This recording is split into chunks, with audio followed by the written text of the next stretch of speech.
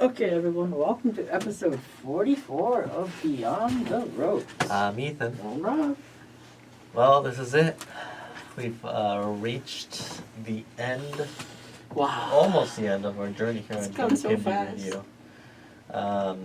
44 episodes later, and we're here with the stacked show. We still have a lot to do, though, so yeah. let's not waste any more time. What are we going to start with? Do you want to go with the recap first? Yeah.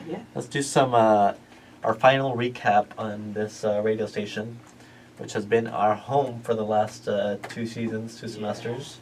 So it's been a real ride.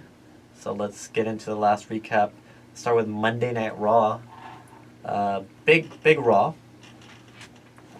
This week it was in Newark, New Jersey. So that's a very popular wrestling area. The way Alexa Bliss addressed the crowd. Yeah. And so the opening started off with Kurt Angle coming out, addressing that Braun Strowman was going to be out for maybe 6 months due to an elbow injury that he suffered. He would be, he would have surgery on Monday. I believe WWE posted video footage and photos of that earlier today. The surgery? Yeah, man. they're pretty graphic. I've not seen them, but they are said to be pretty graphic. Yeah, I think a long time ago they showed Triple H's leg all opened up. I think they had a WWE 24 special on Finn Balor on the WWE Network, and they showed his shoulder. I was not expecting it. They showed his shoulder opened up. It was very graphic. But anyways, Kurt Angle came out, addressed Braun Strowman's injury, and said there's going to be a new number 1 contender for the WWE Universal Championship. Brock Lesnar would be defending that title in the near future against one of 5 men. It would be Finn Balor, Seth Rollins. I was not expecting all those amount of people. Yeah, it's a stacked main event. It's Finn Balor, Seth Rollins, Samoa Joe, Bray Wyatt, and Roman Reigns in an Extreme Rules match at the Extreme Rules event in a couple of weeks, the Raw exclusive pay-per-view. And so that's going to be that's a huge match, actually. And so after that, Roman Reigns came out and told Angle he beat The Undertaker. He should be the number 1 contender for the title. That's very heelish of him.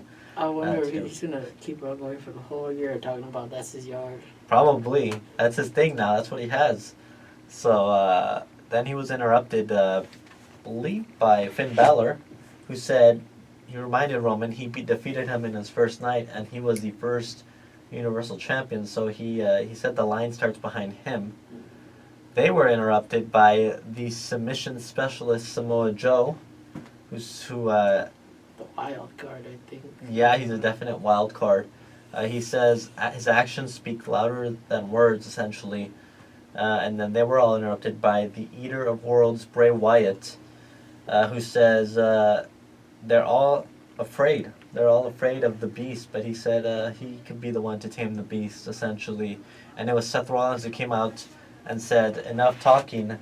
And they started a bit of a brawl, and Finn Balor ended up getting the one-up on everyone, standing in the middle of the ring. Backstage, Kurt Angle announced that it would be Finn Balor taking on Roman Reigns and Seth Rollins taking on Bray Wyatt for the first time ever. So that was already building up to be a stacked card. The opening contest featured Jeff Hardy taking on Sheamus. Good match. Jeff Hardy got some redemption after getting his tooth kicked out of his mouth at the Payback pay-per-view. He defeated Sheamus by hitting the Twist of Fate and then hitting a Swanton Bomb to get the victory. In the women's division, Alicia Fox defeated Sasha Banks thanks to a little help by Noam Dar. And so I was surprised with that scissors kick. Mm-hmm. That's her finisher. I know, but the way that it was done this time, she wasn't even like standing bending. She was like almost kneeling, like, and it got her back, like kind of. You know what? She usually hits people on their back when she does the scissors. Like, it always lands on their backs. Like with a whole split and everything. Yeah, It was, like she so does. different. She does a very devastating variation of that scissors kick. Yeah, because I mean, I've always known it's been like the back of the calf, but I don't know, it just looks so different from how she normally does. Yeah, she uses her whole leg on to hit that maneuver, which could be more devastating, I guess. She defeated Sasha Banks, so she got payback from last week, from which Sasha Banks got the victory. And in fact, it was Alicia It's probably Fox. the biggest victory she's had in a while. Alicia Fox has gotten, that was her really big victory for her. And so they're keeping the women's division pretty strong, which is good. You know, we gotta see all the women kind of give it their all. So that's good. And a really good match for the WWE Intercontinental Championship. Dean Ambrose defended against The Miz. Really good match. I was expecting Miz to already get the belt. Mm-hmm. Well, that they've been talking about. They have good chemistry, and so it was a really solid match. Dean Ambrose ended up losing by disqualification after he accidentally hit Miz with the low blow. Because The Miz was actually trying to hit a low blow after a distraction from Maurice, which he got caught. And then... I can't believe how he was trying to stoop to claim, how could you allow this kind of dirty tactics from someone when that's exactly what he was trying to do? The Miz went to Angle's office afterwards and demanded a rematch, in which he got at the Extreme Rules pay-per-view. It's still not certain what kind of match it will be, but Angle did say that there will be a winner, a clear clear defined winner, I should say. So we'll see what kind of match we'll get. I mean, if it's ladder, then there's bound to be like it's only obvious. Maurice will probably grab it herself if she asks to, just for him. Something that isn't included in these notes, but it was back to the women's division. Alexa Bliss came out and kind of started talking trash about Bayley. Ooh. Then Bayley came out and they got into a little bit of a brawl there, and we got to see Alexa Bliss use a kendo stick on Bayley. You know, kind of taking her out of the equation. That was probably the most brutal thing that I think any of the women have done this year. This year, yes. Well, there was a steel cage match on SmackDown between Alexa Bliss and Becky Lynch. But that, So it was like that. right in the back of that head. Like, Yeah, she really hit her good. She really hit her good. And so... My sister-in-law's not a fan of Bayley much. She's kind of Really? tired of her gimmick. With the whole You know what? Bayley was actually getting booed. She's like, rewind again. I want to see that kendo shot again. Bayley was getting... Bayley's character needs some adjustment. I don't think it's working as well as it was in NXT. Because in NXT it was great. We saw that headshot 10 times. But yeah, I don't think it was working as well in NXT or as it was in NXT. So we will be seeing a kendo stick on a pole match. Wow. At Extreme Rules for the WWE Raw Women's Championship between Alexa Bliss and Bayley. Would have preferred if this match were like a Falls Count Anywhere or something. Kendo stick on a pole kind of limits what they can do as far as weapons. Yeah. We've seen Sasha and Charlotte go in a Falls Count Anywhere and Last Woman Standing, an I Quit match. We've seen a steel cage match, a Hell in a Cell. So, I mean, technically, it would still have to end with a pin or a submission, right? Even though they can get it. Yeah, you just have to grab the kendo stick to actually use it as a weapon. So. Well, the other person can still use it regardless, no? Yeah, it's fair game. It's anyone's. It's a matter of just who gets it first and who can use it to their advantage. So, anyways, some cruiserweight action. It's a tag team match between the cruiserweight champion and the king of the cruiserweights, Neville, teaming up with TJP, taking on Jack Gallagher and Austin Aries, and it was the heels getting the victory, thanks to I believe TJP got the roll up. I don't really remember much of this match. Yeah, that kick thing that he does. Oh, right. No, he got the victory. He got the detonation kick. That's right, on Jack Gallagher. So the heels picked up the victory there. We then got to see Roman Reigns take on Finn Balor in another great match. Roman Reigns got a clean victory over Finn Balor. I believe this is Finn's first defeat on the main roster. I don't think it was necessary to do that. Yeah, I mean, it's Finn's first loss against Roman Reigns, and Roman Reigns beats everyone. So I think it was a way to kind of... It don't matter how many people they feed Roman to. It doesn't, but they're going to keep doing it. But I don't think this was necessarily feeding Finn because he got a really good offense in this match. It was a really back and forth match. However, yeah, we're not going to see many losses from Finn at all. I don't think in his career, at least not now. So I think this is going to be a one-time thing. I'm sure he'll pick up a victory next week. Who knows? He could pick up the victory at Extreme Rules and become the number one contender. I think he's also a favorite to win that match. I don't know. I think they should still have that Bray thing. So if they continue with the current storylines, we have Samoa Joe and Seth Rollins and Bray Wyatt and Finn Balor. That would mean Roman would take on Brock.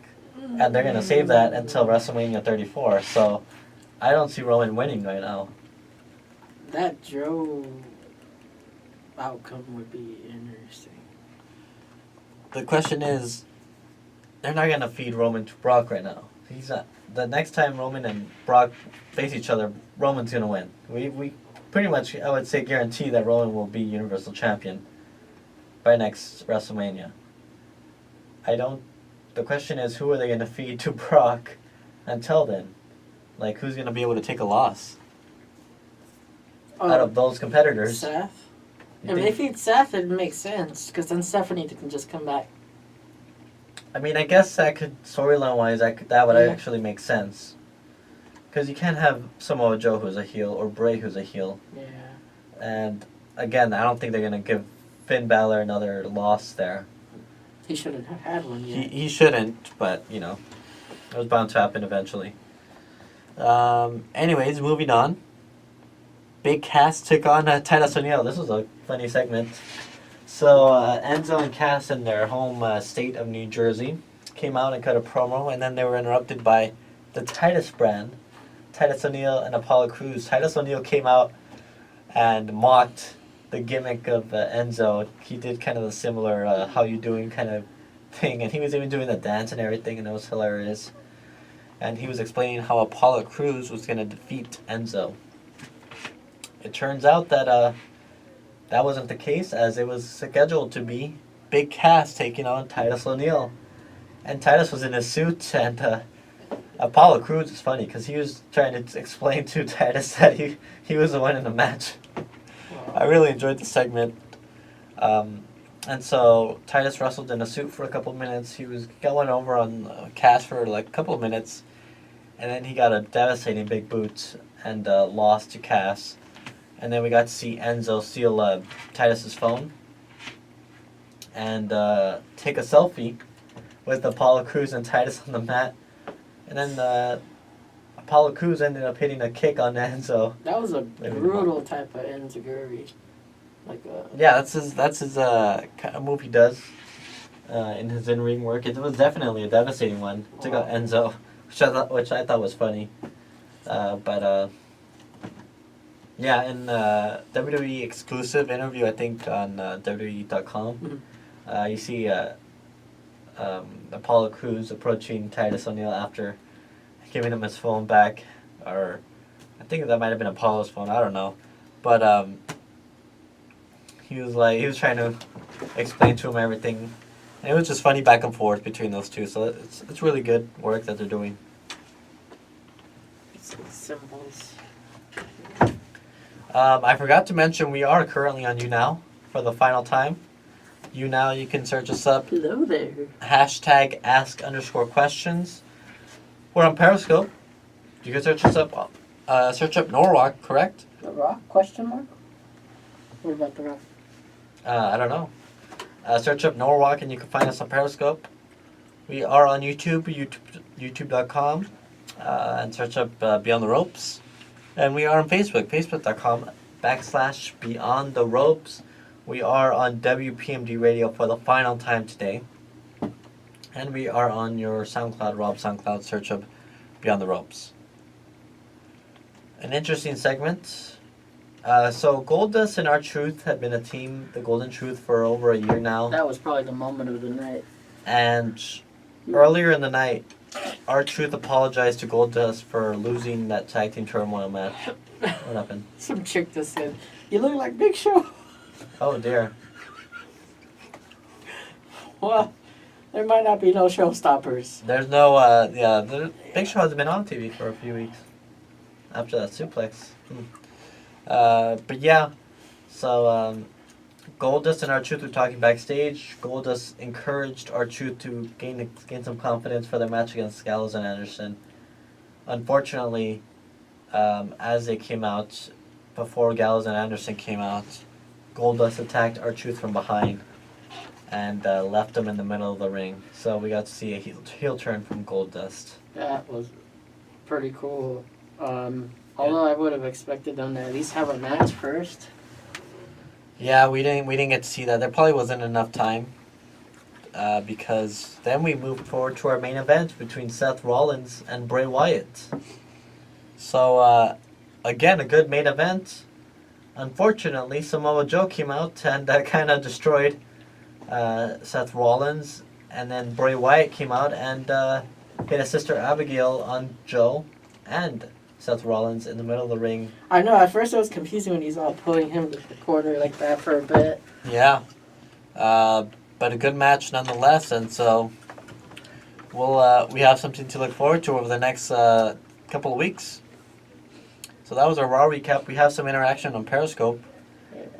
Some fans. Where are you guys from? She just left. She just said, "See you guys," and she put 2 hearts. Oh, thank you. But thank you for tuning in. We appreciate that. So SmackDown. I didn't watch SmackDown, but Fashion Police. I heard. I'm gonna have to watch it tonight. Another great mic work from the Usos. Yeah, I'm sure they've been hitting it really strong. I think this is the best moment of the Usos' career. I would say so. Definitely their top kind of, as far as character-wise goes. So the show opened up with the United States champion, Kevin Owens, with the highlight reel. He had his own highlight reel. I saw photos of that. He promised that Jericho would never be seen again, which is pretty doubtful because Jericho is being promoted for Japan. I think Japan shows next month or something. And so we'll see how long that lasts. But AJ Styles came in. And then Styles was interrupted by Jinder Mahal. And so it was Jinder Mahal taking on AJ Styles. From Russia. Oh, thank you, our viewers from Russia. Am I reading this correctly? Jinder Mahal defeated AJ Styles? Biggest victory of his career so far. So Kevin Owens was on commentary. Okay, so Styles was preparing to hit the phenomenal forearm on Mahal, but Owens hit him in the knee with the United States Championship while the referee was distracted by one of the Singh brothers. Then Mahal hit Styles with the Cobra Clutch. Wow. So Mahal has been getting a very dominant push. Yep.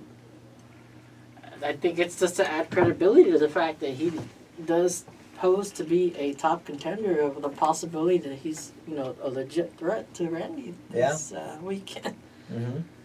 Well, apparently so. That seems to be the case. What's up? Fashion Files aired. Well, this time Tyler Breed's going undercover as a janitor to spy on the Usos. How was that? Like a ghetto Hulk Hogan. I've got to watch that. Okay. Yep. We're just doing a radio show right now. Randy Orton was asked about his upcoming title match against Jinder Mahal.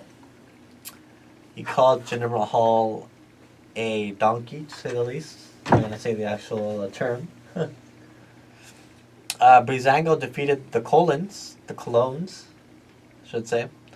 After the match, the Usos came out and informed Fandango and Breeze that they would be defeated on Sunday. So yes, they're the World Broadcasting Tag Team Championships.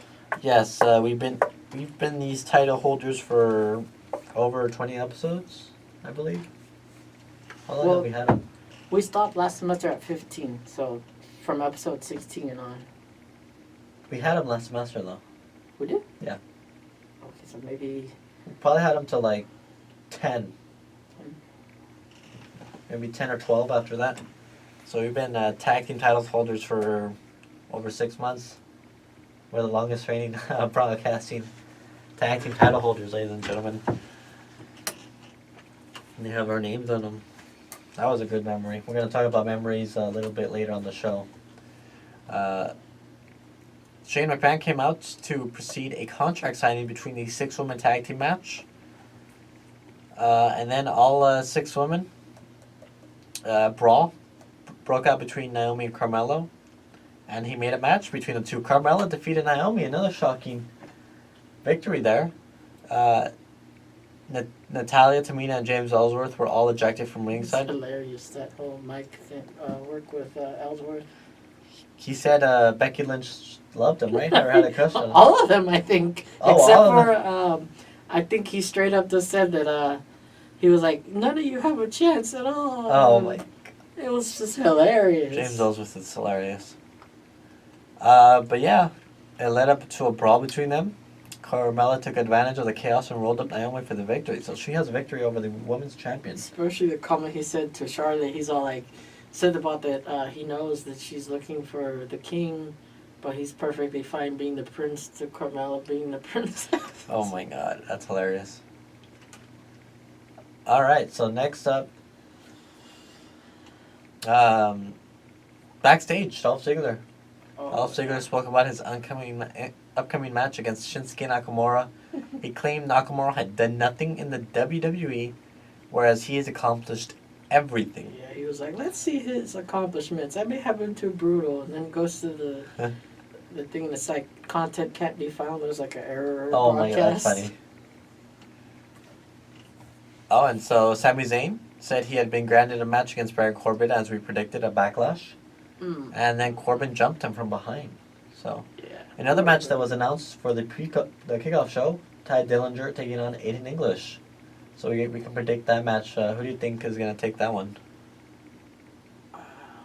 Which one's English? Is it the Umbrella guy?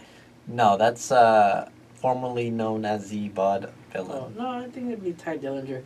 But going back to the welcome committee, I still predict that the welcoming committee wins. But it's interesting because now there are 2 different heel turn possibilities. At first I thought that Becky will turn heel. Mm-hmm. But now there's a lot of talk that they had a change of heart with Charlotte being a babyface. Yeah, absolutely. So she might be the one to turn against them at the pay-per-view and make them lose. That's a possibility. I'm going to agree with you and say Ty Dillinger gets his victory at the kickoff show. So let's we're going to go over predictions one more time after this recap. So let's go to the main event. Randy Orton defeated Baron Corbin after Corbin had control for much of the match. Corbin hit his deep 6 maneuver, and eventually Orton connected with an RKO to get the victory. After the match, Mahal came out and told Orton to relish his time with the title. And then Orton was jumped by the Singh brothers, and they beat down on Orton as the show went off the air. So now let's get into our Backlash predictions. So we agreed the kickoff show between Ty Dillinger and Aiden English. It would be Ty picking up the victory. Sami Zayn versus Baron Corbin. You said Baron Corbin last week. I said Sami Zayn. Who do you have? Corbin will still win. Just checking with Corbin. I'm sticking with Zayn. Naomi, Charlotte, Becky Lynch taking on the welcoming committee. The welcoming committee wins due to someone turning heel. And I'm going with the faces, Naomi, Becky, and Charlotte. Nakamura versus Ziggler. Nakamura We has both to have win. we both have Nakamura on this. The tag team title match. You said the Usos are getting DQ'd. I'm saying Breezango. Who do you? Are you still making that prediction? The Usos are still gonna keep them belts still. Okay, are you sticking with the disqualification, or are you gonna? I think it might be a DQ still. They're Okay. gonna make sure they keep their hands on the belt no matter what. Okay. The United States Championship is on the line when Kevin Owens takes on AJ Styles. Who do you have? AJ Styles, it could be a thing where the belt exchanges hands more than one time throughout the months. Mm-hmm. This is a tough one. I'm sticking with Kevin Owens. I said Kevin Owens. I'm going to stick with it. The main event, WWE Championship match between Randy Orton taking on Jinder Mahal. Mahal, there's still that slight possibility, now even more, that Mahal may very well be the next Indian descent heavyweight champion. And I'm sticking with Randy Orton. I think Mahal's got him win over on several superstars over the last couple of weeks. I'm sticking with Orton. So that was our final recap ever on WPMD Radio for Beyond the Ropes. What do we have next? We have we have a match or two to call. That's one. We have any news? Any news coming up? Did you hear about? There's going to be a movie possibly about Vince. Yeah. So I heard that may or may not be true. So it's been up in the air for the last couple of weeks, and that's been something that's been talked about for I think the last several months. But who knows? That'll be something. Yeah, if it does come to fruition. But then it won't be a strictly to WWE film. No, it won't. It's not going to be a WWE film. It's going to be kind of, it's going to be another company producing that film. It's not a WWE Studios film, so. Yeah, but I can't believe that John Cena, though. Yeah, he said that he wanted to, fill in for Vince, but understood that he probably wouldn't get it because it's not a WWE film, and they probably want someone else. Who would you think Vince would request to play him? That's a tough one. I honestly don't know who can play Vince. He's such a unique individual that you'd have to really find someone who can be very intricate. You would think he'd want somebody that's still a huge name. Yeah, I would think. I mean, look at how Bruno Sammartino's already said he'd want Wahlberg to play him. Really? Yeah. That's interesting. So for Wahlberg to be a top choice, I mean, they would need a star-studded cast. Oh. Who knows? But yeah, that's some big news there. Have you heard of anything else? I haven't. I'm still waiting to see if Crossface becomes a movie. Oh, the Benoit. Mm-hmm. Wasn't that supposed to come out? Supposedly every year it's still the same thing. They keep claiming it's coming out. And it hasn't been. Who knows if that's going to happen? The Chris Benoit kind of story. Because, I mean, originally the person they would have liked to have played him, he legit would look like him. Mm-hmm. The guy that played Sabretooth on the Wolverine Origins movie. Oh, Liev Schreiber? Yeah, but he refuses to do it. Yeah, it's a controversial thing, and who knows if he wants to do that. I mean, he's also a little older, so who knows. But he looks just like him. He does have a very similar face to him, definitely. So, who knows? That's our movie news right there. Yeah, that's really something. Oh, and then another Kurt Angle DVD set coming out. Kurt Angle DVD, Seth Rollins DVD set is coming out as well later. Is it coming out like this month? They don't really promote their DVDs as they used to anymore. There used to be the commercials and stuff about it. Yeah, now you can pretty much find it on the network after a few months. I think the last one that ever got commercial play was probably the NWO thing. Speaking of the NWO, I got my NWO shirt on. Oh, we're talking about factions. Yeah. For a highlight reel, so that perfect segue into our highlight reel, or last highlight reel on the station. Factions. There's been so many different factions. We could start with the NWO and then end with I know one that you've been wanting to talk about. We'll start with the NWO.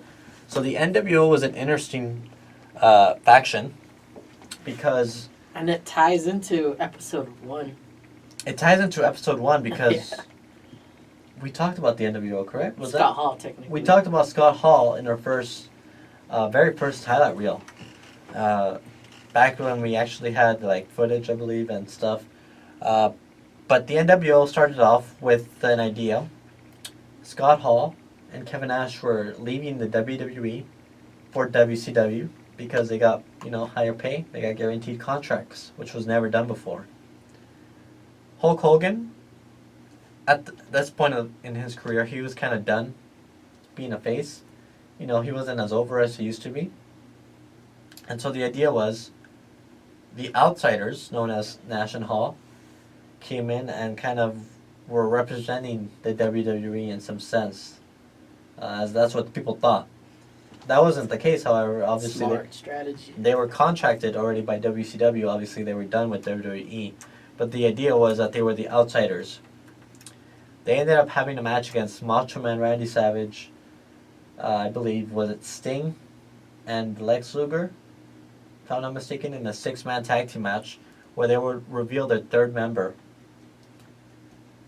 Hulk Hogan would come out and turn heel, which was unprecedented at the time because he was a face for his entire career.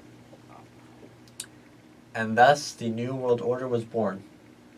And for a couple of years, from around 96 to at least 98, they run roughshod on kind of the entire WCW roster. Even just the crowd reaction from the heel turn, so much trash that got dumped into the ring. Yeah, that night, I mean, fans threw trash in the middle of the ring. That was crazy time, in pro wrestling. That was in 95, I believe.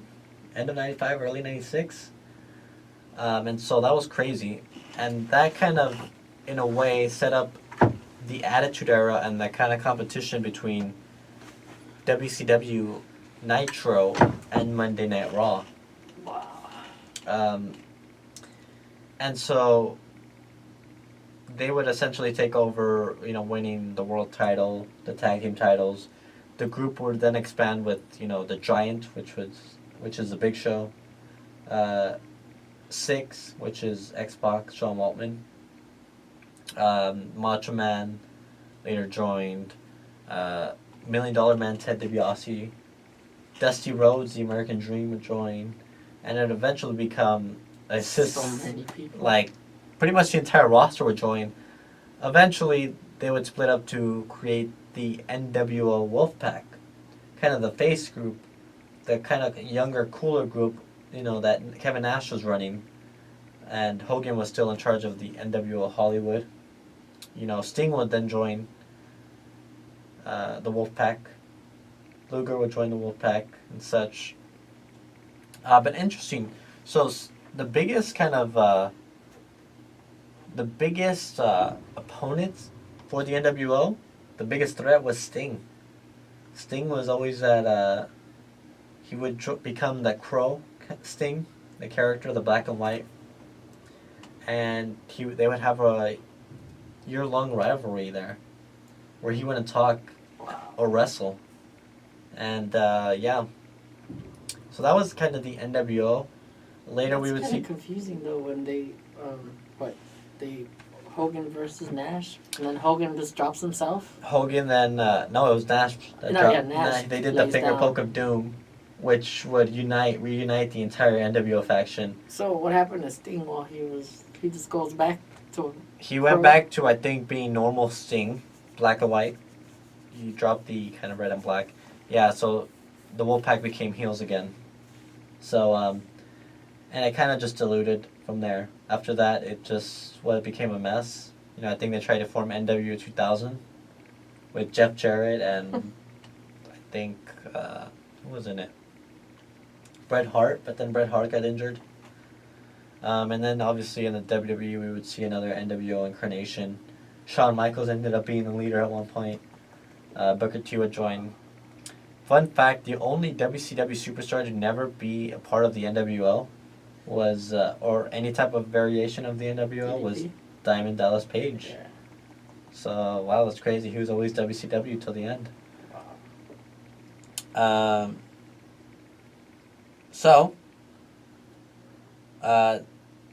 We speak of the NWO kind of being a catalyst for the Attitude Era.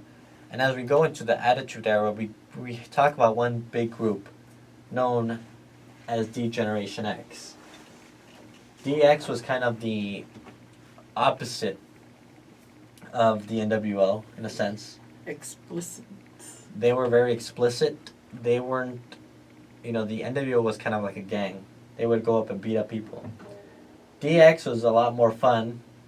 a lot more inappropriate kind of R-rated material, which featured Triple H, Shawn Michaels, at the time China. Recent WWE Hall of Famer Rick Rude was in it for the early days before he seceded to WCW. And also later, once Shawn left, the New Age Outlaws, Road Dogg, and Billy Gunn would join along with X-Pac, who left WCW. So there was only like a handful of guys that were part of both factions. I believe Shawn Michaels was in both, DX and NWO. Sean Waltman was in both. Waltman got to be part of the true one. The original one, reboots. not the reboot that Shawn Michaels was in, but technically he was a part of both. And Rick Rude was in both as well, I believe. So I believe those were the only three that were a part of both factions. But yeah, DX did a lot of degenerate tactics. Well known for producing Tagging Line Green. their tagline was they would always spray paint, kind of like the NWO would spray paint too their letters, but DX was far more above and beyond, and they even went as far as going to WCW in a tank, a nitro taping, in a tank, where they were blocked unfortunately, and they went to war with WCW. And we would go on to see later variations of DX. We would see DX in 2006 with Shawn and Triple H again. That Nickelodeon-looking green slime. Yeah. And then we would see him again in 2009, I believe, right before Shawn Michaels' retirement, which I think was much more PG oriented. That was, I don't think fans were disappointed with that variation, but it was all because Shawn changed his lifestyle. Yeah, by then, I mean, in 2006, he had already changed his lifestyle, but they weren't PG yet. They were still... Casey? Wait, who? I didn't get to see the user. They were TV-14 still in 2006. Well, by 2009, they were, PG. And then we got to see the reunion at the 1000th episode of Monday Night Raw with kind of the majority of the group. So that was really cool to see. Wait, put it in the comment again. Is it someone from the studio or from the past? We're getting some fan interaction here. Yeah, somebody I think that was associated from here probably, or did nice, maybe a former student or nice. student. But yeah, that was Degeneration X in a nutshell. And we would later see another group led by Triple H, known as Evolution, which featured the Nature Boy, 16-time world champion Ric Flair, and up-and-coming stars Batista, Dudley Brothers over DX, and Randy Orton. Well, yeah, someone just put Dudley Brothers over DX. Well, they're two different things. The Dudley Boys were a tag team. I think they mean the whole family back in ECW. Oh. We talked about tag teams last season, correct? I believe. Some of them, yeah. I think we did. But Evolution. So Evolution started off with kind of Triple H being the world champion, Flair and Batista being tag team title holders, and Randy Orton being the Intercontinental Championship holder. Where's Casey? Were you a former student or something, or a current student? Casey he still works here. Yeah, he's here. I think we have an old. I don't know. They might haven't be said nothing. An old student here. Old student, current student. What's up? Who's tuning in right now? Yeah, I don't know. That's the second time they say where's Casey. But yeah, Evolution. Evolution was kind of building the past, present, and the future of wrestling, and they run roughshod for about 2 years as well. Probably one of the better. Well, that's one of the most unique entrance musics. Yeah. Old theater student. Oh, cool. Oh, cool. old theater student. Thank you Casey, for tuning in. Yeah, he's still here.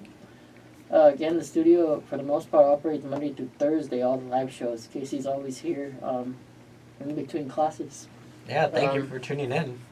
He's been walking around here throughout the show right now that we've been filming. So he's here right now. Yeah, he's usually here when we're recording. Speaking of Evolution, they reunited as a trio in 2015, 14, 15, where Batista came back, and they had a feud with the Shield, and that leads us to our next faction, the Shield. Roman Reigns, Were you also part of the station or something, or Roman just the theater Reigns, classes? Dean Ambrose, and Seth Rollins. And what a run they had. They had over a year and a half of pure dominance.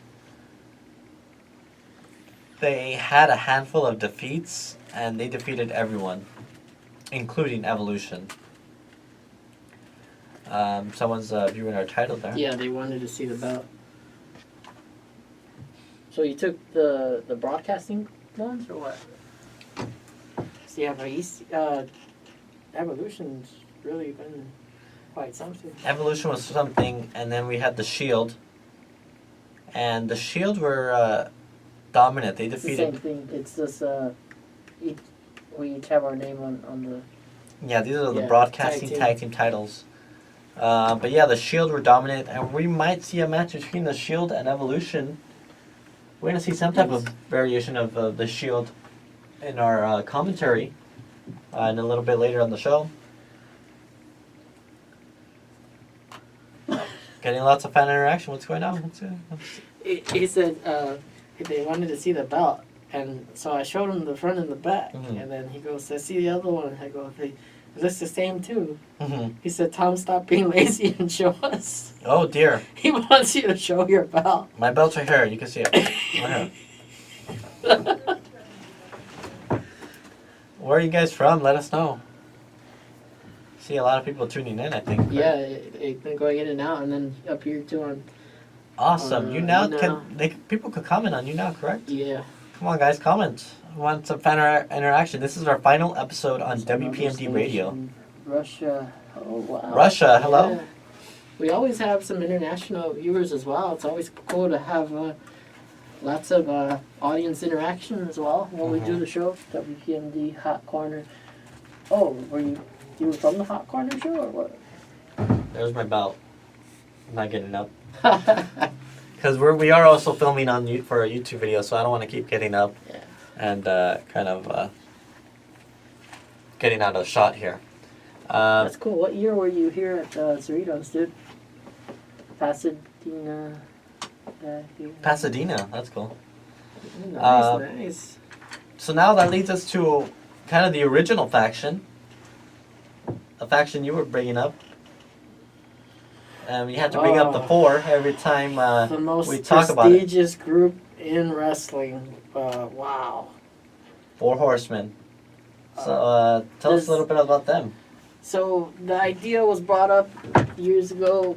USA. So the idea was brought up years ago that it'd be great to have a group of popular individuals, and in particular, there had never been a group of like on-screen villains that held all the gold, all the different championship belts, and when you had this elite group, it made it more popularized, and they dressed all fancy, and promos have always been an important part in professional wrestling. And just to give an example, we'd have one from the 4 Horsemen back in the days. I think they were big, like what, since the 80s, or was it even 70s? They started in the early 80s, I believe. Some type of variation, because there have been a couple of different variations of the Horsemen. But yeah, the original group, I believe, started... Casey in the booth. Oh, he's busy, man. He's going back and forth right now. Yeah, because he tries not to get in the way of the video thing. He tries to, like, avoid usually, like, having to, like, be, like, on camera. Because he's busy usually editing people's stuff and, like, helping them. There's a lot of people back there. We got a lot more people working in the studio now, too. Student workers. Let's see. Yeah, talking about our radio station, ladies and gentlemen. There's a promo here. As great as I am, it's a little hard when there aren't too many telephone booths around myself to get ready to come out here and style and profile for the world today. You see, this is the world heavyweight champion. Just like this, one moment, the greatest athlete alive. Just like this, the second moment, a refined business executive. Let's hear more about your salads. Okay, hold on. We'll get to that at the in a bit too, because this is our final show. In the greatest sport in the world, I'm talking about professional wrestling. You look at the great Tully Blanchard, the United States heavyweight champion, right here. It's like a 3-minute video. The national tag team champion. Why last show? We're graduating this Friday. World. You have to be a student to do a show. World television champion, the great Arn Anderson. And Tony, you gotta know that, brother, you're standing right here in some tall cotton. If you know what I mean, right, Ole? Some of the best in the world, right? Not some of the best. You're talking about the best. Everybody else looks at the Andersons, they look at Flair, they look at Blanchard, and when they try to figure out a game plan, or when they want to figure out how they want to be the rest of their life, that's the people that they look at. We're the people that they look at. We've got more pictures in wrestling rooms, locker rooms, than any place else, anybody else in the whole world. That's because we're the Everyone's best. always We've got the clowning belts to prove it. We've always done a lot of talking. We've always done a lot of bragging. But like we said years ago, I guess, it's difficult to be modest when you're so great. And we are great. We are the You're looking at the real pop attraction guys right here. I mean, girls, is there anything like it? I know all you women out there in Columbus know how refined Ole Anderson could be, huh? Woo! You remember how he used to play around the next door started. There is Dusty Rhodes, Magna Tiene, Brian Tom. Oh, they're calling Flair. They're calling Ric Flair. Oh, the guy reminds me of Eugene. Who? Who? You remind him of Eugene? That's not good. I don't think that is. Ryan, accept comments like that, guys.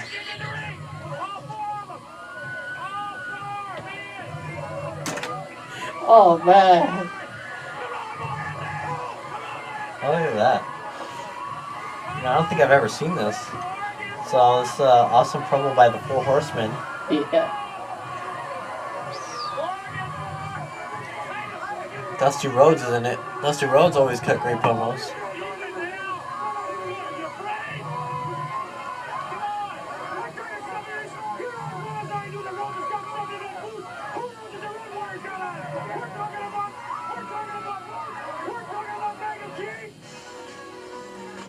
Wow. That was...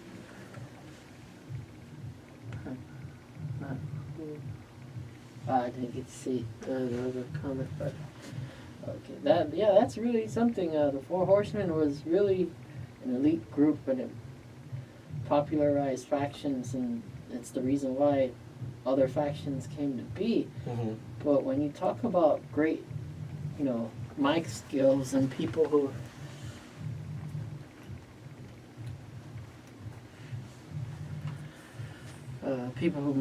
really made an impact and became huge stars, Mm-hmm. I don't think there's a bigger promo than I think.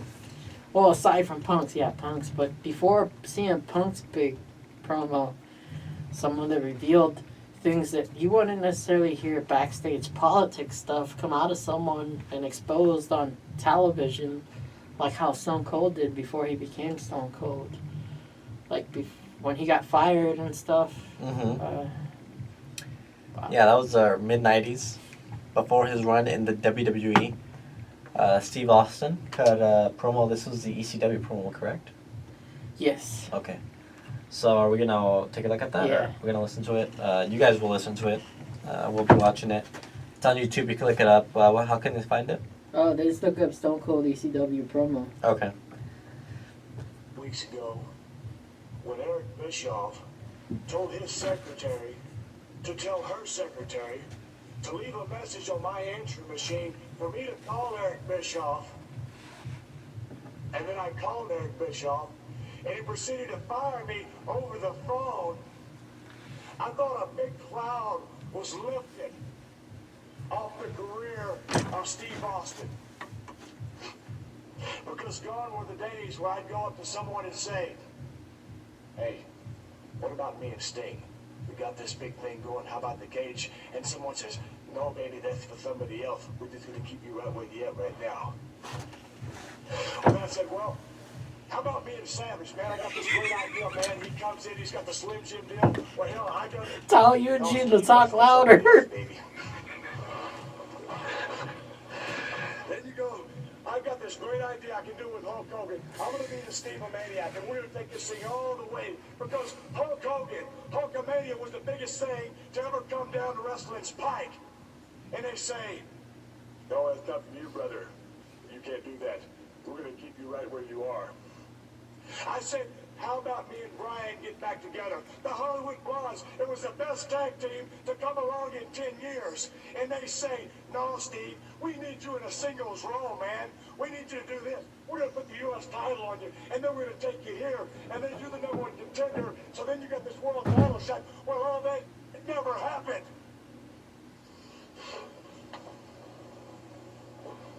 So there I am, floundering along. There's nothing going my way because the politics in WCW kept the biggest potential superstar in wrestling on the damn ground. Great promo. What are you supposed to do? On one hand, they're paying you a bunch of money. They're paying me a bunch of money. Well, on this hand, they're telling me, hey, go out there and give Bagwell a hell of a match. Go out there with an 18-year-old Sherman kid. Give him 7 good minutes. Let the people see what he can do. They say you are what you eat. In WCW, they didn't feed me nothing but garbage. So I let myself become garbage. I became complacent with everything that they said. As long as Big Ted kept sending in the checks, maybe I wasn't happy with what was going on, but I became complacent. Then they sent me to Japan, the big injury. Bischoff delivers a shot heard around the damn world. Steve Austin's out of the high-paying job. All of a sudden, the phone starts ringing off the hook. It's ECW. It's the WWF. It's all Japan. It's New Japan. And all Steve Austin's got to do is make a decision. Todd Gordon, whether he mortgaged his house 1 time, 2 times, maybe 3 times, came up with the right figure for Steve Austin to make a decision. I strolled into the ECW arena. It's the biggest piece of crap I've ever seen. I broke in a building called the Sportatorium in Dallas, Texas, home of the world-famous Von Erichs. Anybody that was anybody stepped foot in the Dallas Sportatorium. For the last 2 years, all you've heard about anywhere in wrestling is the famous ECW arena. Yes. Debut night, I roll in. You've got the Sandman. You've got the Raven. You got the Pit Bulls. You got Stevie Richards. You got the Public Enemy. You got the Gangsters. You got Mikey Whitbreath, whatever the hell his name is. You got a bunch of damn misfits running around thinking that they can actually wrestle. All I've seen in ECW is a bunch of violent crap. And that's exactly what I'll call it, because that's what it is. Steve Austin is here to wrestle. It's what I do best. It's what I do better than anybody in the world. Dave Malenko, Eddie Guerrero, who got the big send-off. Tears were in everybody's eyes. It was a big deal. All Steve Austin got was a good swift kick in the ass. Just Bischoff hung up the phone and left me high and dry. There's no Hogans here. There's no Flairs here. There's not a Dusty Rhodes. And there damn sure isn't an Eric Bischoff here. There's no one that can hold back Steve Austin now. Stunning, tossed it out the window. Never was meant to be. ECW's gonna find out firsthand what Steve Austin can do. And I'm gonna show everybody here exactly what a true superstar is supposed to do. What a true superstar is supposed to be. Because no one here can hold me back. Not Todd Gordon. You'll have Professor Not Hulk Hogan. Zara. Not Eric Bischoff. Good Nobody. subjects. I'm gonna be the superstar that I always knew that I could be. Because there's no one in ECW that can stop me. Who'd you take for help, Jason? McPherson. Who? McPherson. McPherson. Yeah, that was a great promo by Steve Austin. I don't think I've ever seen that complete. So that was really awesome. Yeah. There hadn't been another promo like that until like CM Punk's probably afterwards. Yeah, there's not that many memorable ones. I mean, Austin had some really good ones in WWE as well. But yeah, otherwise there's not really that many that you can really We think should of. do Q&A for last show. Well, we'll get to stuff like in a bit, but like we want to also like still cover like even like wrestling stuff too, like we're like recounting certain stuff and like Absolutely. talking about why we did the show and like our top memories and stuff about wrestling and stuff. But we will close off also with like stuff like being students and stuff here at the college. Yeah. Moving on to our next segment, because I think we got over the factions and the highlight reel. That was our last highlight reel for WPMD Radio. So we did our recap, we did our highlight reel. You want to call some matches? Yeah, Which one? Are we going to call one? Or because one of them's an hour long, the other one's 30 minutes. So we probably shouldn't be doing both. Let's hear your history on Eugene. Well, there's no Eugene here, despite an audience viewer thinking. Yeah, you're not gonna find any history on me right now. But we're gonna call a match. Which one are we gonna call? Do you want to call the Shield Evolution one or the Survivor Series one? Who are all the members in the Survivor one? So it was Seth, Roman, Braun. Oh geez, I forgot the other ones. I know AJ was involved, Dean. Who else was involved? You guys are gonna call a match like announce it? Yeah. We're gonna try to do a lot of stuff that we used to do throughout the show.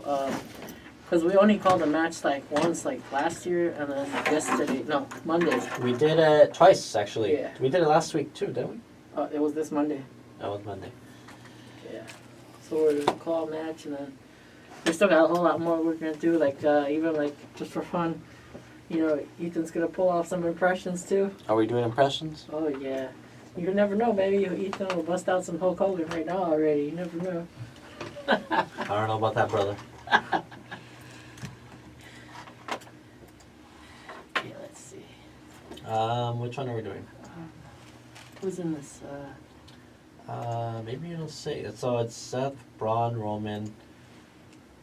Oh, United States champion at the time, huh? Yeah, this was last Survivor Series. Oh, Jericho. And Kevin Owens. Against, so they're representing Team Raw. So this was last year's Survivor Series match. We see Jericho coming out. He's bringing the list with the scarf.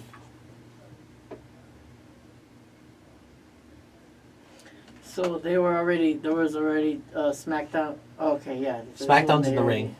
Yeah.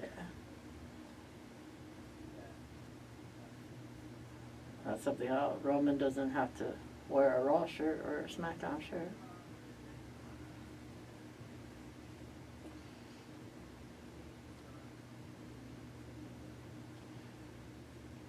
Oh, this is bad quality. I thought there wasn't a better quality one. I mean, I guess I think there was one that might have been better quality. or it's probably just the mic. I mean, it's a used mic. They,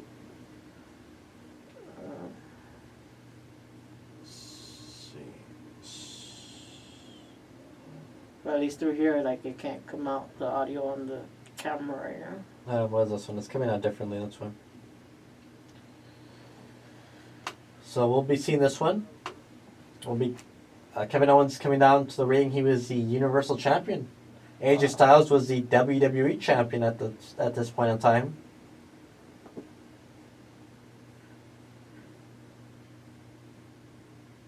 Shane McMahon was representing SmackDown as well.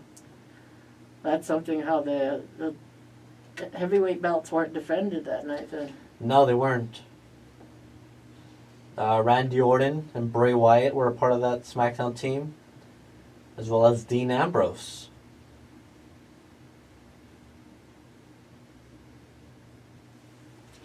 So this was pretty much the entire upper kind of main event scene for both Raw and SmackDown competing in this over 50 minute long match.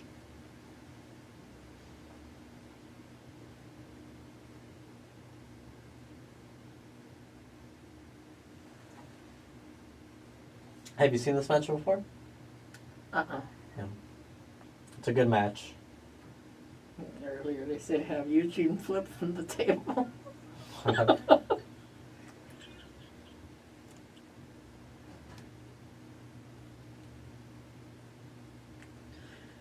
Oh man, the creativity of sometimes our audience is really something. Alright, so they're setting up this match now. Something how only Shane. Shane. No, never mind. I thought they were all gonna keep their brand shirts to like. Not all of them. differentiate. I know, yeah.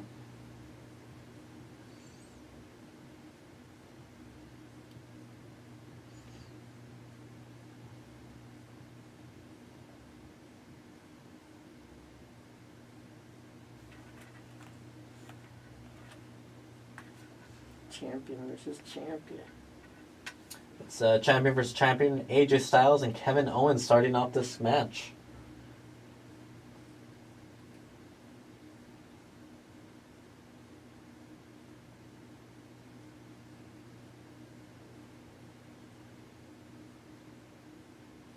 Takedown by Kevin Owens on Styles.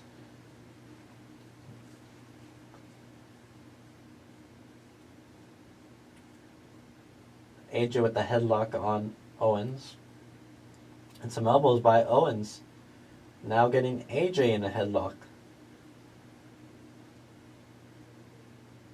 I wonder if there'll ever be an AJ Styles in a hair versus hair match. I doubt it. We're hearing a lot of AJ Styles chants. Nice. Oh, and Owens countered that dropkick and now going for a senton and misses the senton. And the audience claps and applauds. Now back and forth, look at these guys brawling here.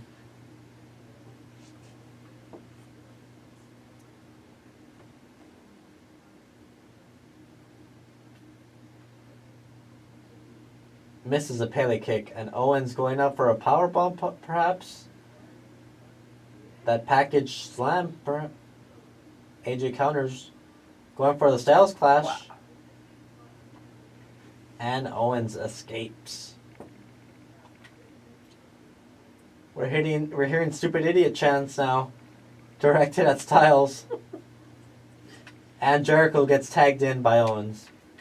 Okay, now there's Look- going to be more athleticism. Look at Owens. Look at Owens holding down the rope for his best friend at the time. Look at that, a hug. Look at that.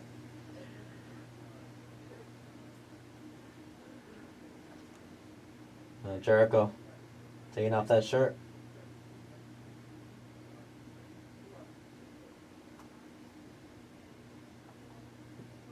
And throws it at Styles and now taking advantage of the distraction. Typical heel movement right there.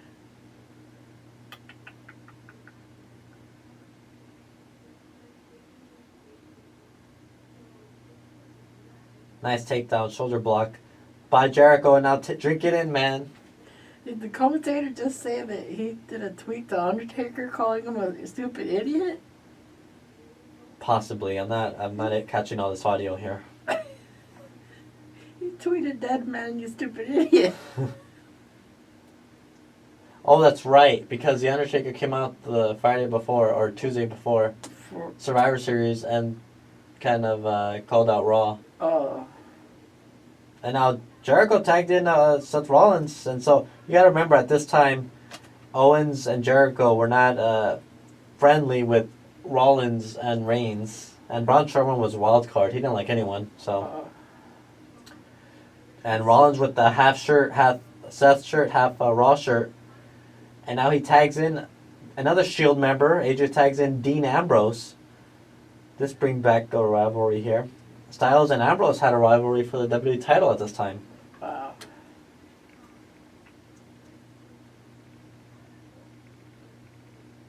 Two former members of the Shield lock up.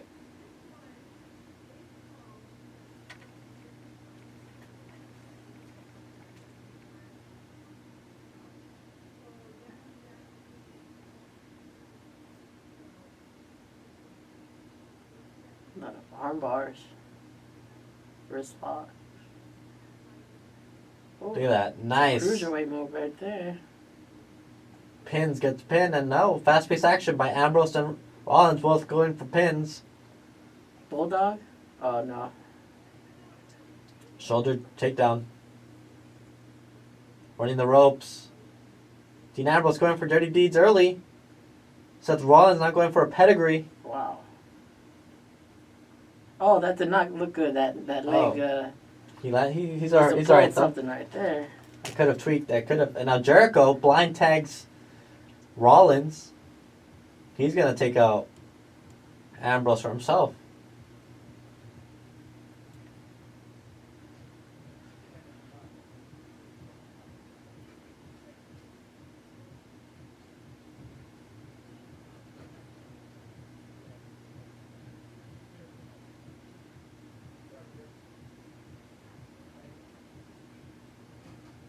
Now, now Ambrose stomping Jericho in the corner. And loud, stupid, idiot chants throughout the arena. Technical difficulties here. It wouldn't be an episode of Beyond the Ropes if we did not have some form of technical difficulties. But now back and forth, running the ropes again. Jericho gets a big boot, and Ambrose going for that clothesline and gets almost a code breaker. Jericho now going for the walls.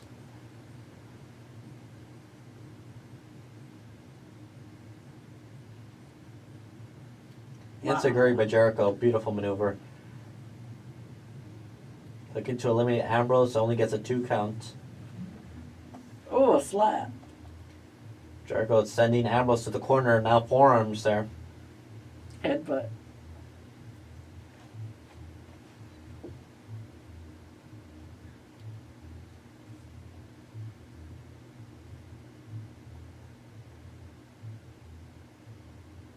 Oh, a slap by Jericho, the disrespect. Keeps slapping Ambrose, and now Ambrose fires back. Oh, right to the turnbuckle. Now Ambrose throwing fists to Jericho.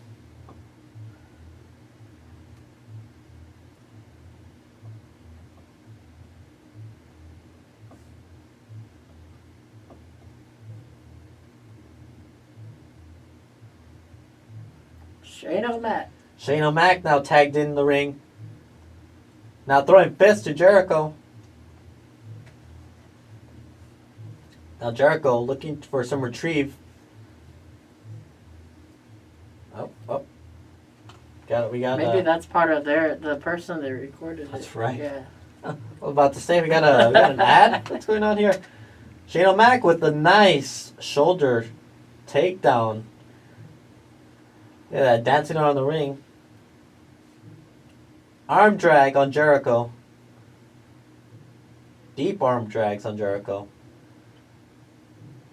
I got him in that kind of lock right there, throwing him against the turnbuckle.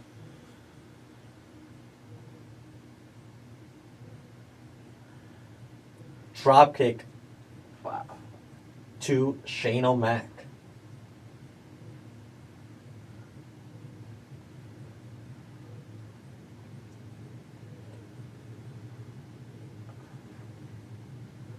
Now look at this drop kick by Jericho. Wow, right to the face of Shane O'Mac, and now Seth Rollins is tagged in to this match.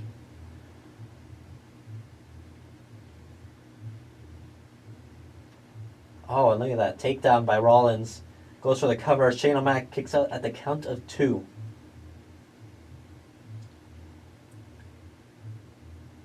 Reigns now tagged in. Man, everybody's going to have a turn, huh? Everyone comes in. Now look at... Oh, breaking the legs apart. It's all legal, folks.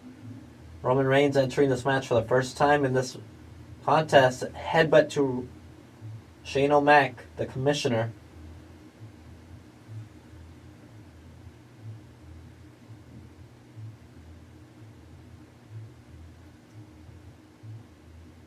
Now look at Reigns. Those hard shots straight to Shane. Shane is defenseless here.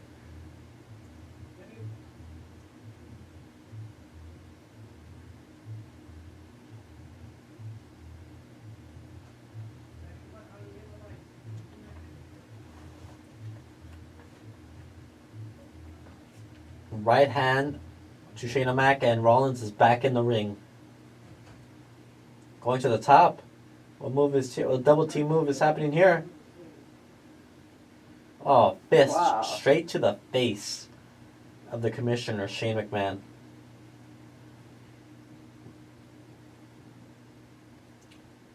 Rollins now raking the face of Shane O'Mac.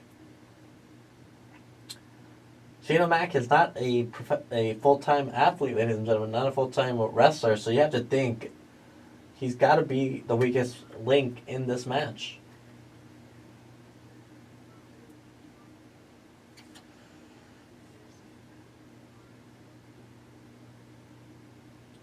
It was about 5 or 6 years ago that the Shield actually debuted at Survivor Series. Fun fact. And look at that. Nice takeover by Shane O'Mac, looking to get a tag. Owens is in the match, and here comes Dean back in the match. Ambrose and Owens back and forth. Ambrose getting the clothesline on Owens. Those hard shots.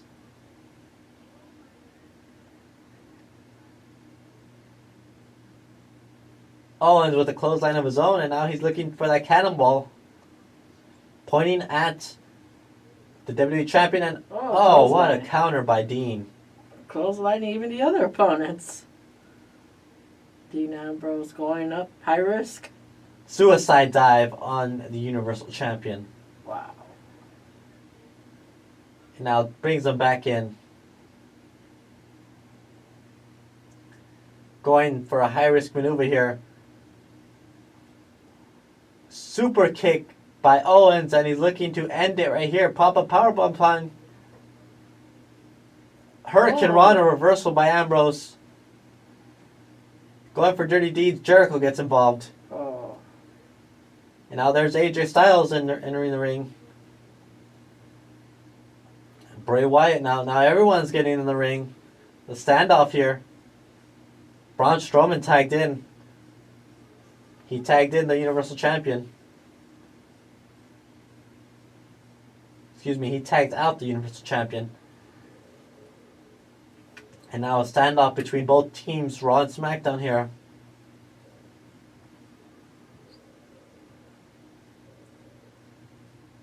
Look at that. Look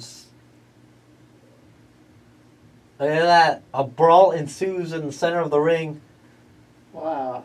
Look at this scuffle. AJ Styles first to go out the ring. There goes Shane O'Mac. There goes everyone. Who's The only- Strowman going after? Well, the legal man is Dean Ambrose right now. Dean is in the ring. Where did Strowman go? And everyone's just all over the place.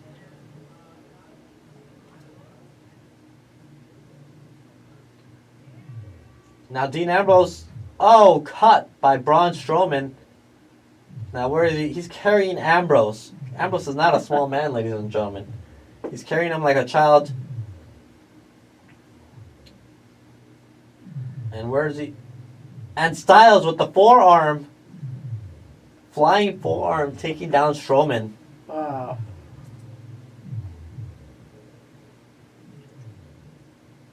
Now Owens looking to possibly go high as well.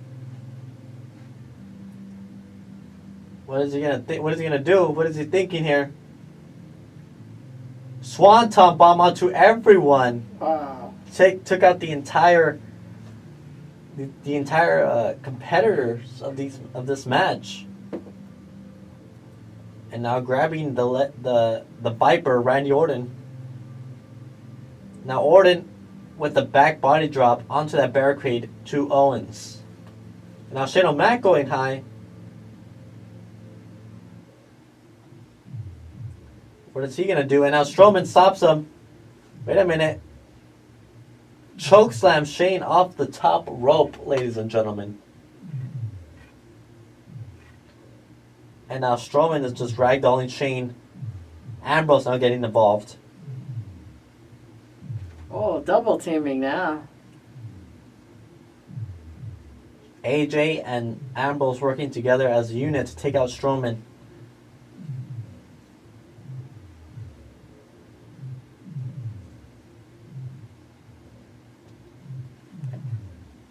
Roman Reigns now getting involved, taking out AJ Styles. Seth Rollins now entering the fray. Enziguri to Ambrose. Ambrose with the clothesline.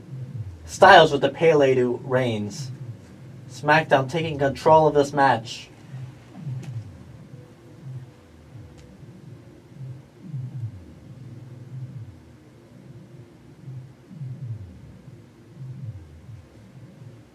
Now Ambrose and Styles in the middle of the ring.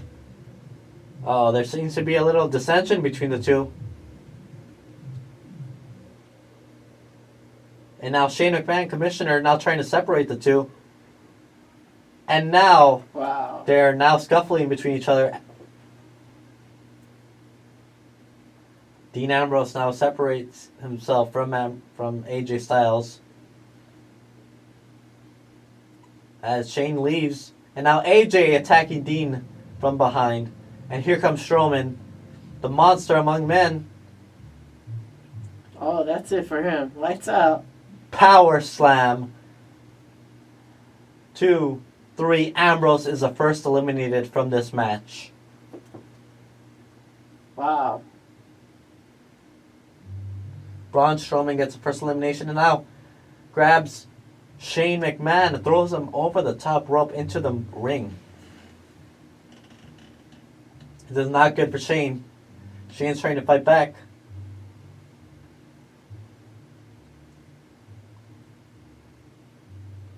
Oh, man. Here's Strowman. A dominant force. He should just tag out. McMahon defenseless. Strowman with a huge splash to the That's corner. a pancake McMahon now. AJ Styles not getting involved. Gets thrown over the top rope like a rag doll, like a child. No Ar- RKO. Clothesline to Orton by Strowman. Braun Strowman is taking out the entire SmackDown Live team.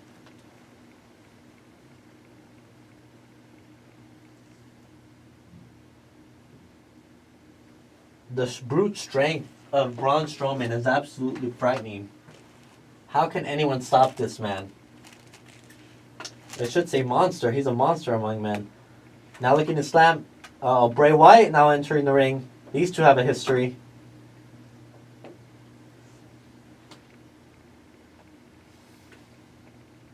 Bray Wyatt now looking to open arms to Strowman.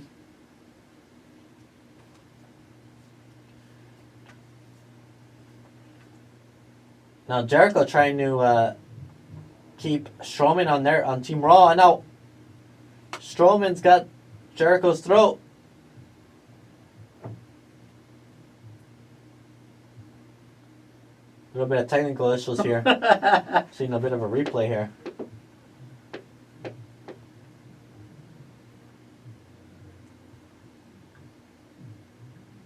Now some dissension between Team Raw, and now Strowman now has Bray in his grasp.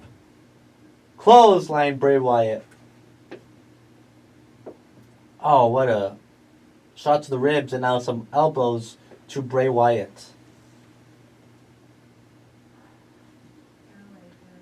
What a drop kick by Strowman. Something no man that size should be able to do.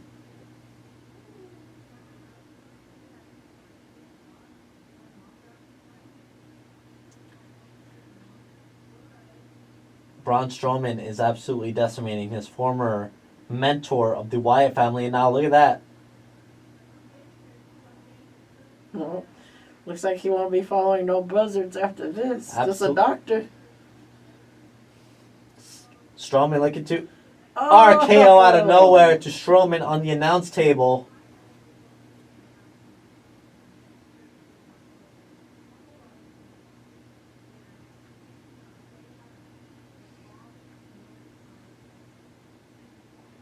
Now Randy Orton was part of the Wyatt family at this point in time. Remember that. Oh. So now they're setting up another table.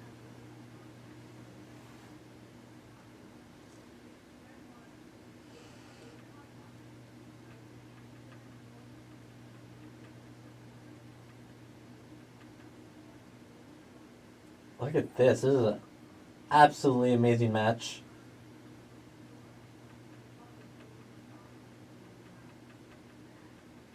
And now, wait a minute. They're setting up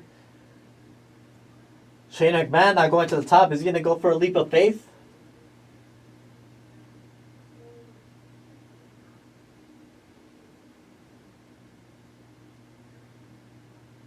Where's he going? Here we go. A leap of faith onto Strowman, breaking the announce table. Good God Almighty.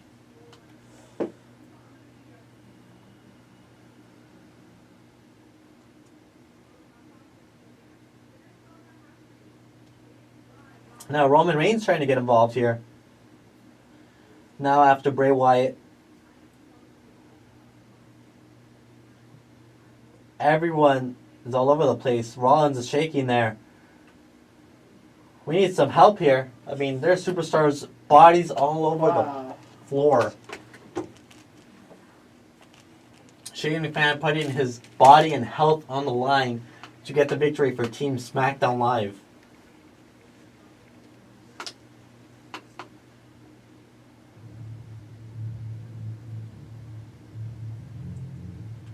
The referee counting down. Remember, someone could get eliminated if they don't beat the count of 10. AJ helping his commissioner into the ring. Shane makes it in. Strowman is up. Count of 8, 9. Wait a minute. He's not able to get in the ring.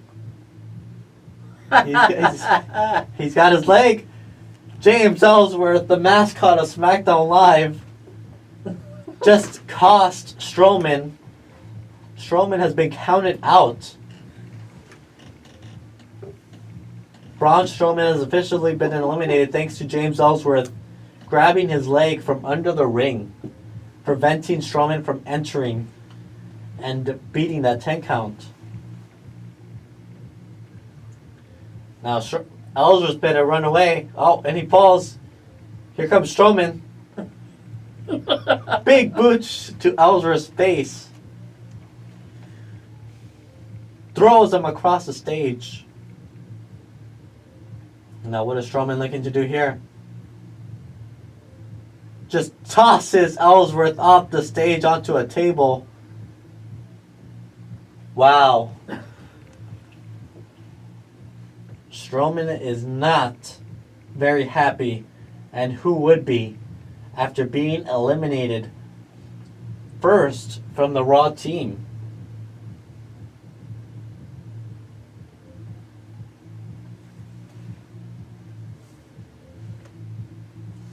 And now everyone's down. Jericho's, I guess, the new legal man in the ring. Look at that replay. Ellsworth thrown off the stage into a table. Wow.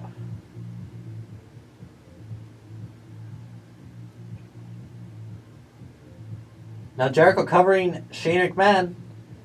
McMahon kicks out.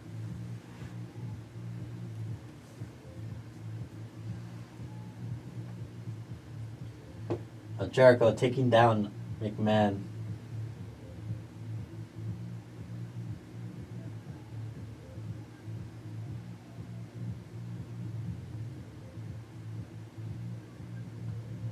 Now tag to Kevin Owens.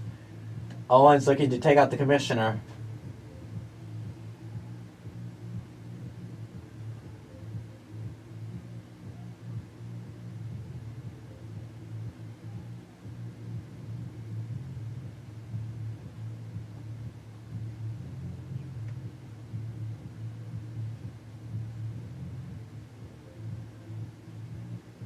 Now Owens looking for the cover, looking to eliminate Shane, and only it gets a count of 2.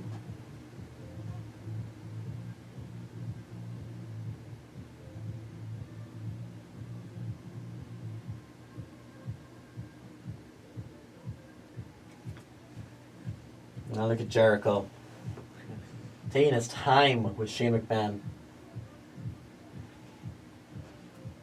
Drop kick onto McMahon. Shane has got to be out of it after taking He that. should have tagged out. He was hurt. He couldn't move. McMahon just took a literal leap of faith. And now Jericho with a chin lock, a headlock type of maneuver here. Shane trying to tag out.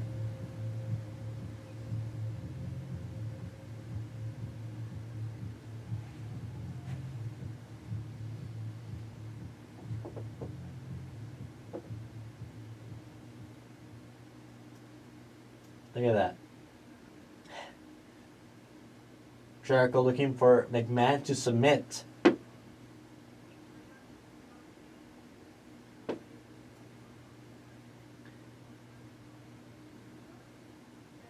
Shane's fighting back. He has a lot of heart. He has a lot of passion left in him. This is incredible. Oh, missed drop kick. Jericho looking for that lion salt. Knees up by McMahon. And now a roll up by Shane. Almost eliminates Jericho after a quick roll up.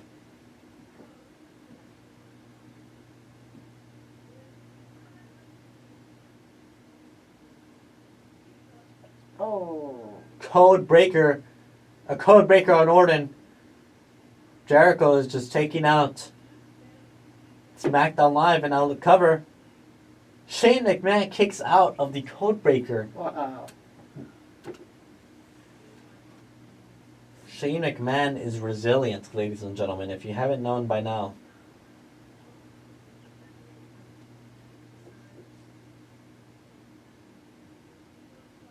This is an absolutely spectacular match.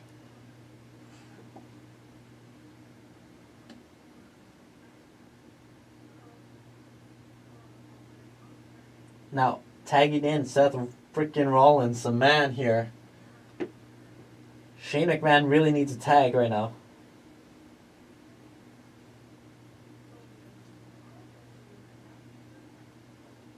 At this point, I don't know what else you could do.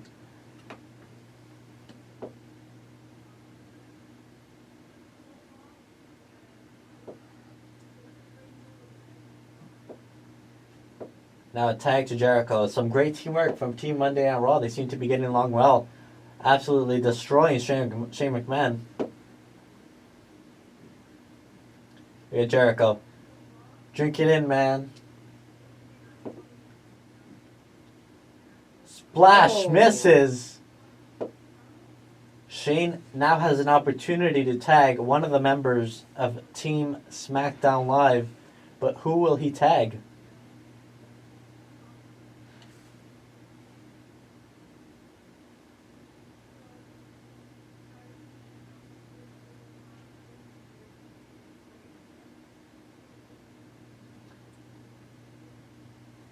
The tag to Styles, and now Styles and Jericho, they have history.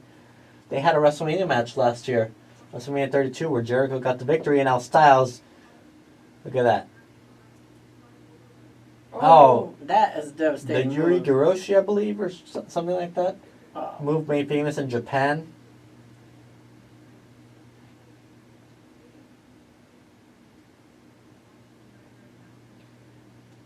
Now Styles going for the Styles Clash with Jericho. This gonna be it? No, now going for the walls.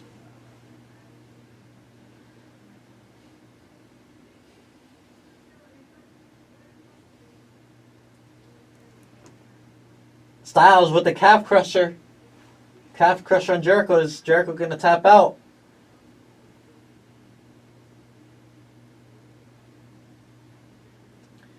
Oh, And now slamming AJ's head. this is why he to the needs a haircut.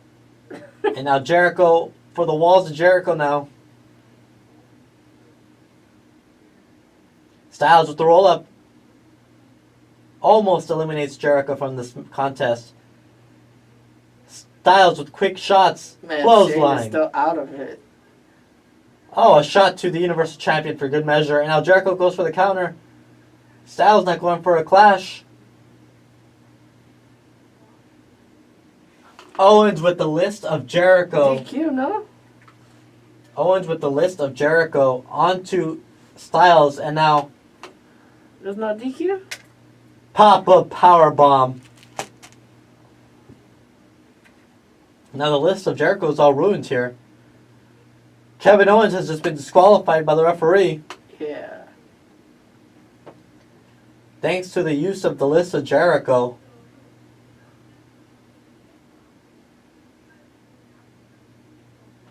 Now there's a... Jericho just realized list is all over the place. Jericho is not happy that the list is all over the ring. He's got to get the list. He's trying to get the list back in order here.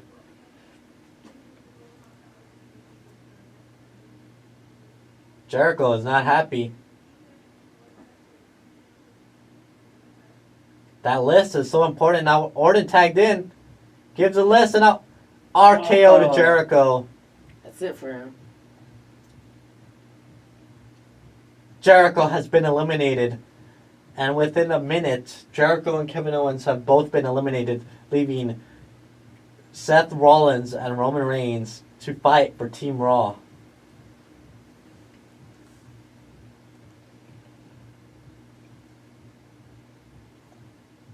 Jericho got his list back. Look at that. He's 4-on-2 with SmackDown having the advantage. Team Raw is in an extreme disadvantage right now. Randy Orton pretty fresh.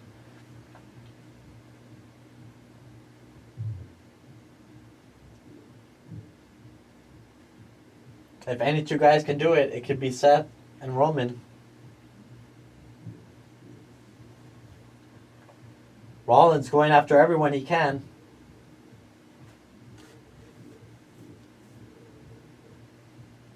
Ooh. Huge power slam by Orton. Go for the cover.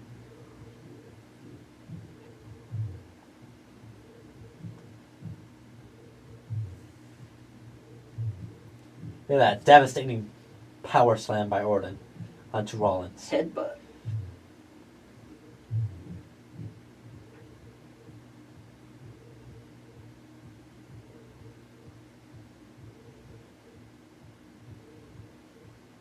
Now Bray Wyatt Huge splash to the corner. Look at that. Just absolutely throwing Rollins across the ring. Goes for the cover.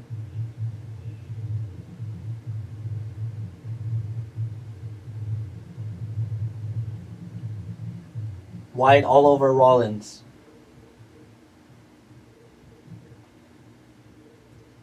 Now look at that. Teamwork by the Wyatt family.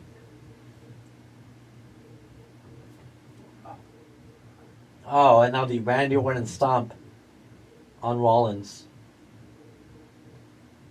Oh, that knee straight to the skull of the Architect.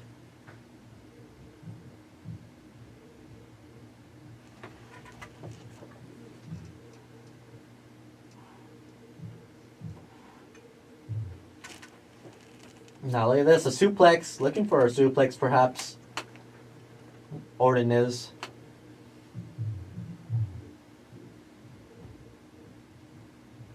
His father's signature move. Yeah, this top rope superplex, absolutely devastating. Reigns not looking for a tag. Now here's a replay. We're getting a replay. It was a really solid move. Look at this. Oh my God. Reigns looking for that tag. That superplex made famous by Randy Orton's father, Cowboy Bob Orton. SmackDown still having 4 competitors in this match.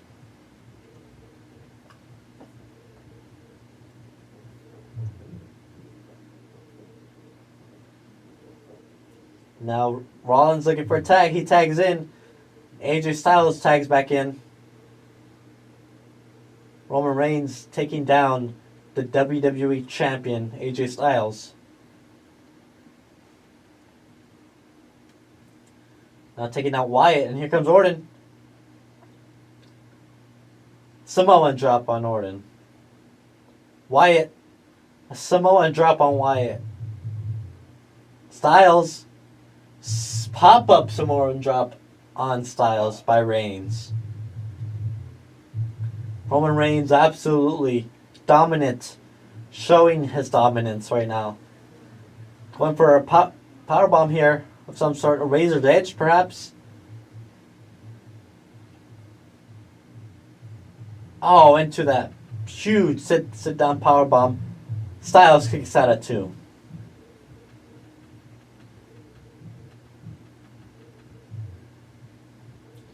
Styles somehow was able to kick out despite being in this match for quite some time, actually.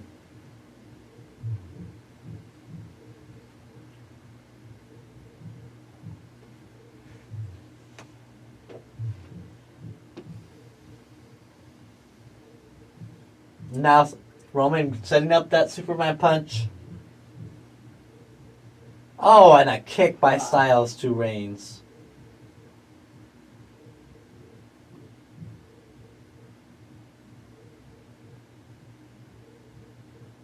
Here comes Shane McMahon. Look at that. Fast hands on Reigns. Oh, and gets a fist of his own. Now, wait a minute. Look at that. Pop over DDT by Shane O'Mac.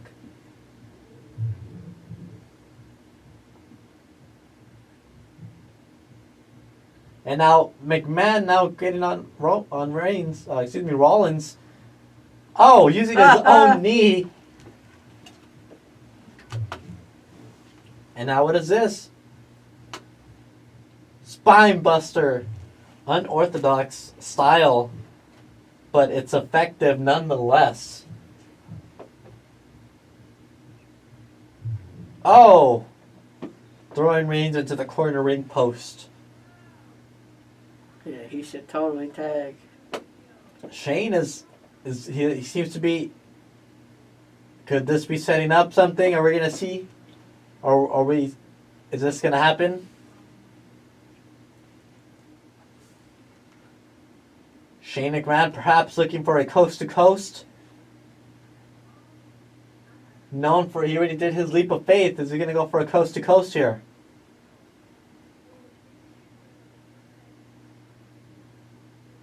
Calling for it. Spear. God. And Shane got his shoulder up after that spear. But Shane is not looking good. Shane looks out of it, ladies and gentlemen.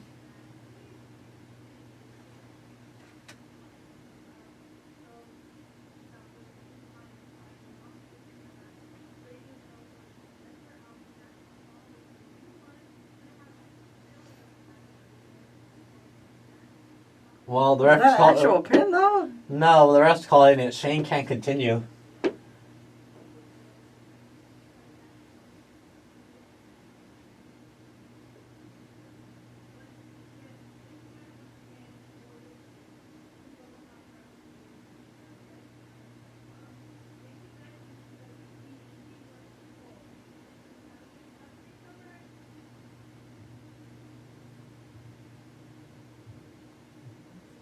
Look at that spear. Shane's head Wow. on the mat. And now at 3-on-2, the Wyatt family and Styles. Now Shane's being helped out.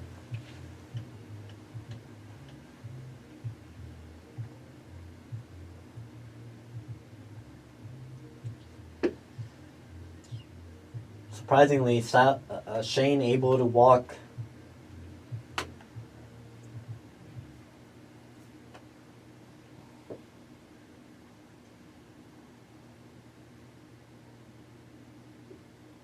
Senton by Wyatt onto Reigns and a kick out at 2. Bray Wyatt, look at that. Up to the chest.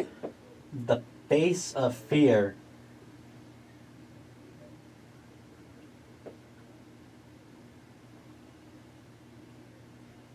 Gets a tag from the Viper, Randy Orton.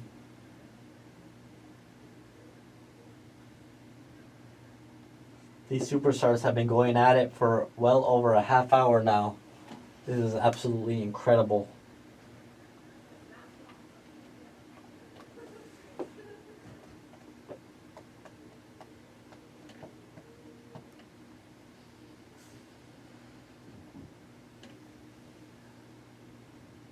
And now some double teamwork on Reigns by the Wyatts here.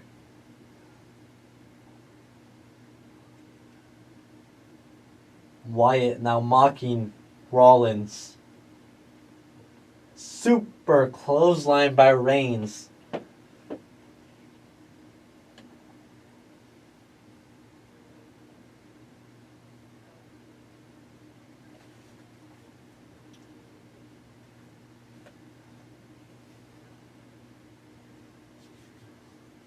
Reigns and Wyatt go for a tag. Rollins now with some adrenaline. Blockbuster on Styles. Turning him inside out. Wow.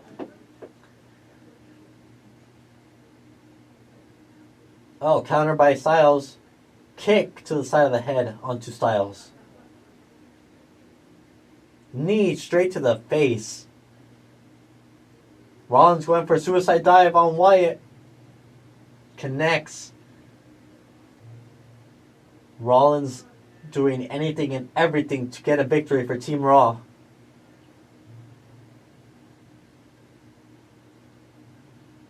Forearm to Styles. Now going for another one perhaps. Another forearm to Styles by Rollins. Now to the top rope. What is he looking for here?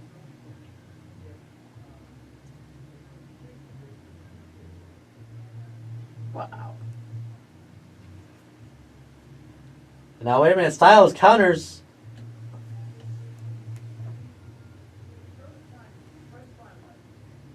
Styles with the forearm now to Rollins.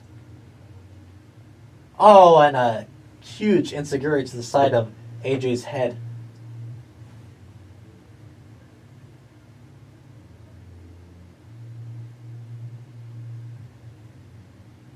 And now these men must be exhausted. Wow. Several minutes of this back and forth action. Now Rollins now back to the top. What is he going for here? Superplex into the Falcon's Arrow. And kick out at 2 by Styles.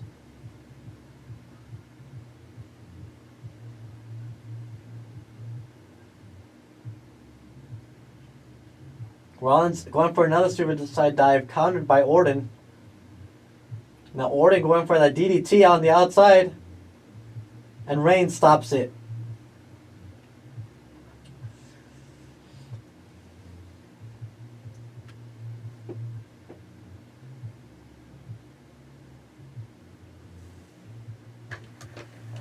This devastation here. The carnage on the outside of the ring.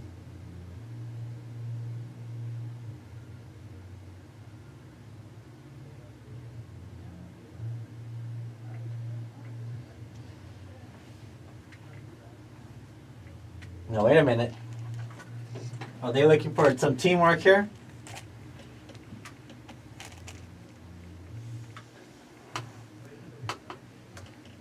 Some remnants of the Shield.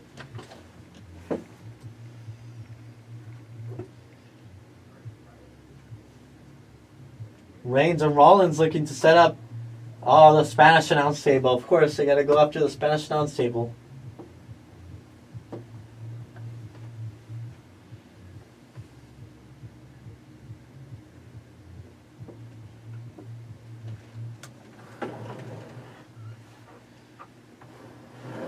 Now, Rollins and Reigns looking to perhaps put Orton through this table, Shield style. Oh, and Styles counters.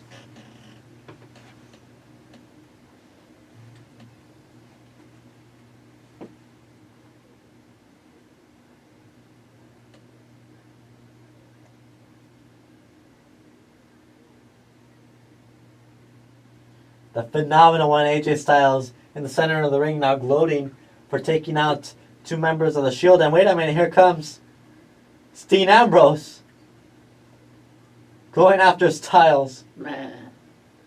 Going after his former teammate here.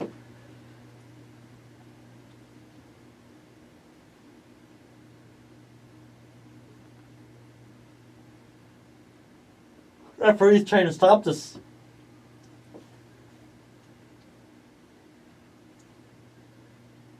Now Ambrose now exiting the ring and now looking like he's about to leave.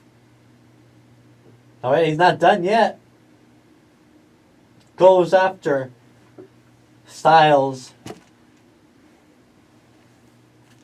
Throws him against the ring steps. Now taking out the security. Now security's taking Ambrose out. Look at that, the crowd of security now. Wait, Reigns and Rollins now looking at this.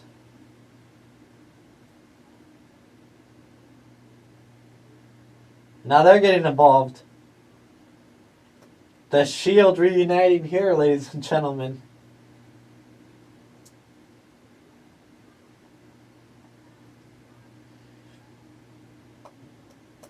Are we gonna see a Shield powerbomb here?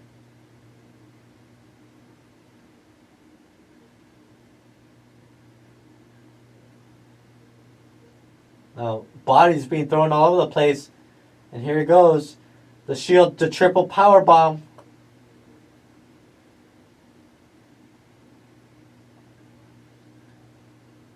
Onto Styles and straight through the table. Wow.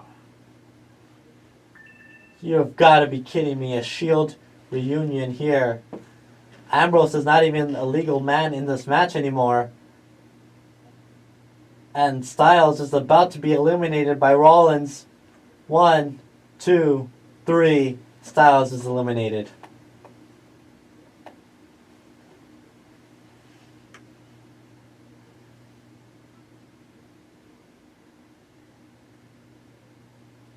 Payback from Ambrose. And now it is a 2-on-2 match. Bray and Randy, Seth and Roman. It is now an equal playing field.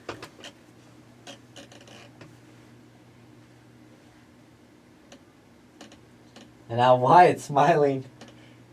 He thinks they've got it in their hands. These traditional Survivor Series matches can end any way possible.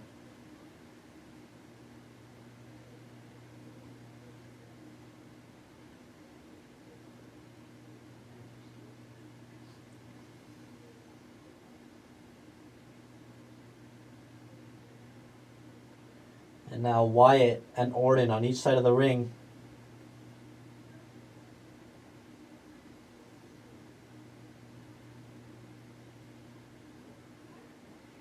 Luke Harper comes out from out of nowhere. He's not a legal man in this match.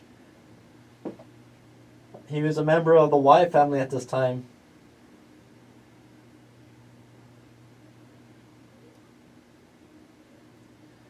And now a 3-on... Well, they took out Luke Harper, correct? Yeah.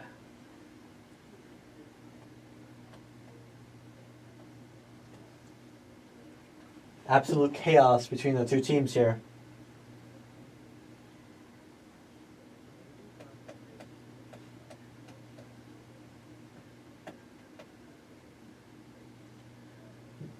Orton and Reigns, Wyatt and Rollins.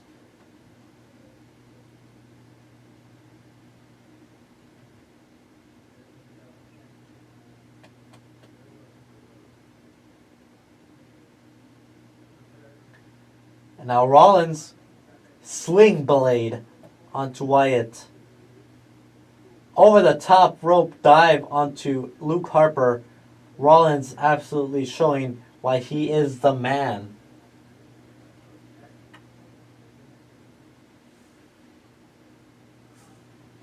And now Wyatt. Forearm to Wyatt by Rollins. Orton comes in.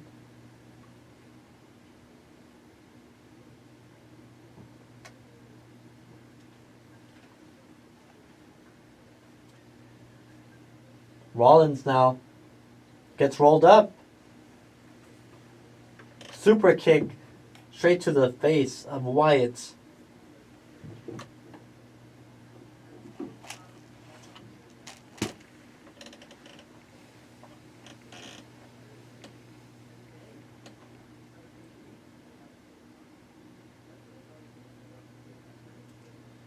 RKO out of nowhere.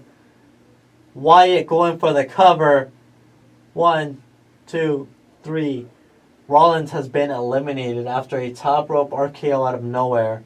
Reigns is the last man standing for his team. Rollins going for a frog splash as Bray moves out of the way and Rollins lands into an RKO out of nowhere.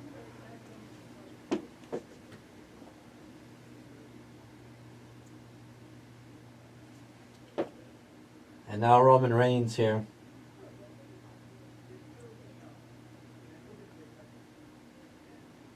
Reigns, the last man standing for his team.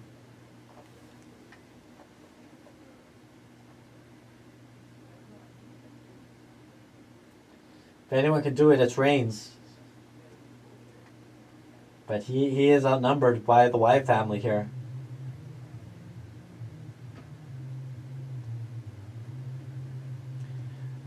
Team SmackDown Live being cheered on by the fans here.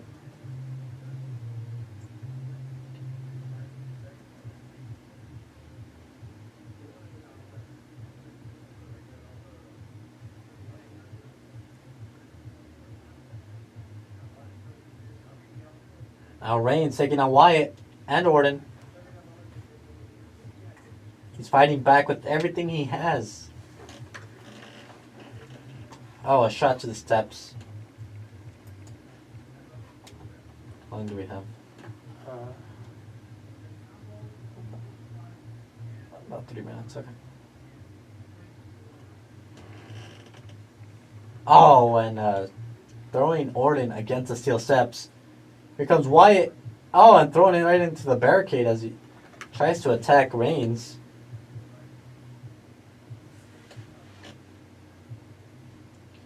Reigns has got to be exhausted. He's the only man for his team. Drive by to Wyatt.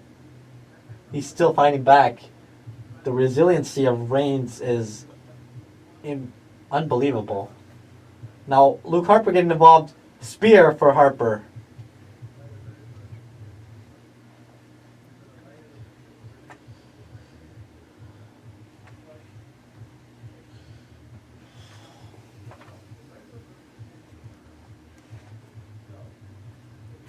Now, wait a minute. Sister Abigail coming.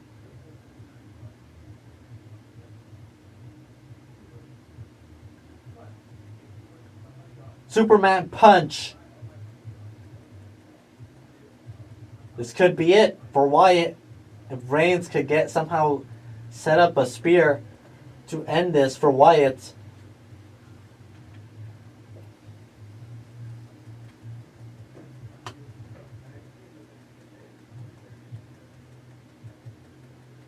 Reigns is looking to finish this off.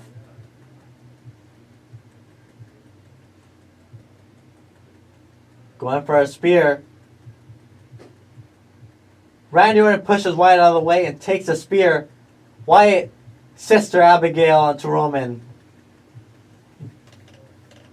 SmackDown Live gets the victory, taking out Reigns. Ladies and gentlemen, what a contest. What a match. I think we'll just call that match. It's a long match. Wow. And so that was Survivor Series last year. That was one of the main events for that show. And I think we have how much Now time? impressions. Are we doing impressions? Yes. I think we'll come up with someone and then we'll each try our attempt. Sure, we can definitely try that. If I can get to this maze here I have here. Yeah. All right, so let's see. What should we do? What should we start with? I think Hogan. Hogan. Hogan. All right, you want to start, or shall I start, or how's this gonna go? Well, I may not know everyone now. Let's see. Start with Hogan. Let's see. Yeah. So. Well, you know something, brother. If you take your vitamins and say your prayers, and you go ahead probably have one of these 20. What was it? 24 inch python. Oh dear. He's all like, all them. No, I don't even remember all them. He does a pose. He does this one, I think, or yeah. Let's see your attempt. All right, mine's gonna be not so good, but let's go with this. Wait, well, let me tell you something, brother. This is a new world order of professional wrestling. Shoot, I don't know what else he says. Okay. He says brother a lot. He's Oh, Macho Man. ooh yeah, dig it. Yeah. The cream of the crop. All my impressions are gonna sound the same. Let's see, Macho Man. Ooh, yeah. Well, you know something. No, that sounds almost like Hogan. I'm telling you, they're all gonna sound the same. You Oh, you know what? I think I know it from friggin' watching Superman. Spider-Man, he's all like, Oh. so it's ready. Step into a Slim Jim. all that stuff. Snap into a Slim Jim. Ooh yeah. Let's go.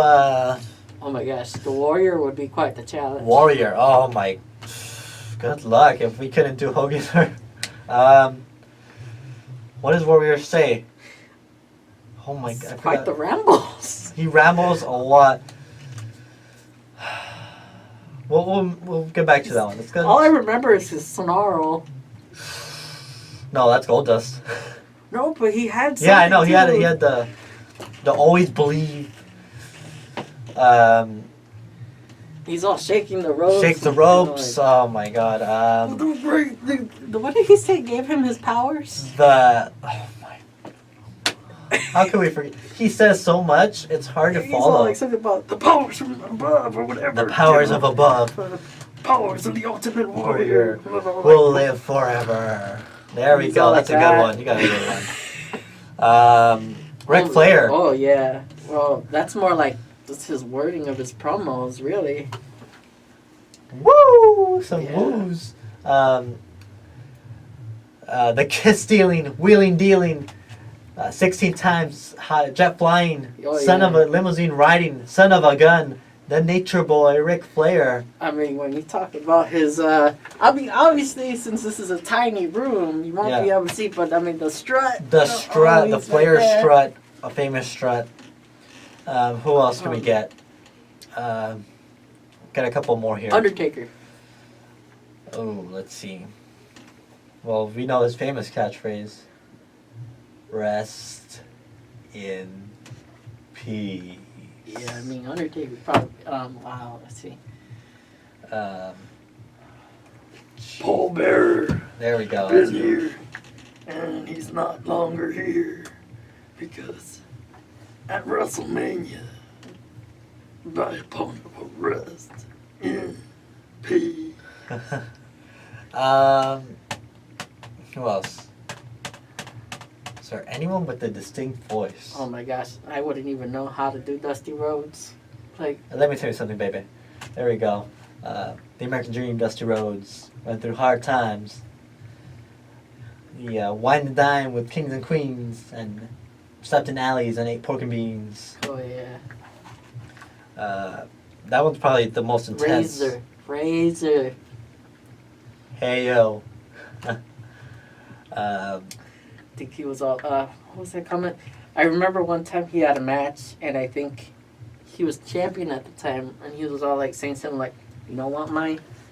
Hey, You essay. take this gold belt, you take this gold chain, man. Mm-hmm. There we Something go. happens to this chain, Mm-hmm. something happened to you, man. That's right. That's Tony Chimmel. That's let's leave it at that because man. I don't think we're gonna get a better impression than that. That was a good one. Who else? Jeez.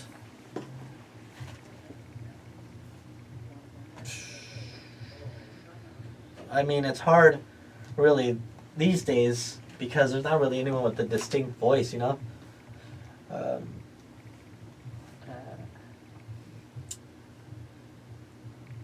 Paul Heyman. That's more of a promo kind of style, type of But thing. he's got like a certain type of voice. Ladies and gentlemen, I present to you my client, the Beast Incarnate. And I'm not even gonna try to I Brock mean, his Lesnar. voice is like. That's hard to do. That Like, one's. ladies and gentlemen, like, There I we don't go. know, so like, I You're am the advocate for the 21 and 1. The I man think behind the it's 20 almost getting to Paul Bearer. Oh, kind of. well, he's now the 23 and 2, isn't it? 23 and 2, I think. But yeah. So those are some impressions. We need to Who rehearse else them is more. there? Oh man. I don't know. There's not really anyone distinct. Oh, what about Armando Estrada? I do not remember. I cannot give you an Armando Estrada. But he had his cigar and he'd be like, he put emphasis on his name. I think it was like, That's you right. know, here, I am Armando something Estrada. That's right. And now, you will face my beast. Oh my God. That's right. He's like, oh. He came in with Umaga. That's right. Yeah. Two impressions there. That's really something. But yeah, so our audience wanted to hear a bit about us, I guess. What do you say about your time here at school and stuff? All right. So for our last, we've been going for 2 hours now. Yeah, I mean, we've been. Our last couple of minutes here, our last Yeah. several minutes before our send off. So I've been coming here to Cerritos College for about 4 years now. It's been almost 4 years. I will be moving on after this Friday. After I walk, I am a journalism major, and I started writing for the school newspaper in the fall of 2015. Last spring, I was actually interviewed by Rob for his show, The Falcon Spotlight, and we talked about wrestling, and that's how essentially this came to be. What was that? I have no idea. Is this the mic? Technical issues. There we go. Okay. But again, it wouldn't be a show without technical issues. We always seem to be either interrupted or have to deal with some technical issues. But yeah, essentially it started off with an interview last spring, and it culminated to last semester, the first season of Beyond the Ropes. And my experience here at school has been a roller coaster of good and bad. Beyond the Ropes has been all good, I can say that for sure. We've been able to start off as a live show, go about an hour a week, to now do 2 episodes a week, and kind of go as much time as we really want, especially today. And then with the freedom to like pre-record, it makes it easier to like not worry about copyright stuff. We've been able to record episodes for YouTube, grow on our fan base on Periscope, and we've started to do now this semester as well. Yeah. And so it's been an amazing ride, and that's kind of my story. You had like quite a bit of positions too on campus. I was the news editor, and when you interviewed me last spring, and then last semester I was actually the editor-in-chief for the school paper Talon Marks. My time there ended last semester, but definitely a big part of my career here as a journalist, and I've been able to kind of get more experience, something that I didn't think I was going to be able to do, is be a part of the radio station. And thanks to you, because you approached me about doing the show, I get to do this. I've gotten the opportunity to do this for 2 semesters. Definitely a team type of thing here to do this kind of show. First in history. You've been wanting to do this. You've been telling me for a long time, and it's never been done before. I know when I first tried to pass it along, like the idea, to pitch the idea, so they were thinking, are you sure we can get an hour from talking?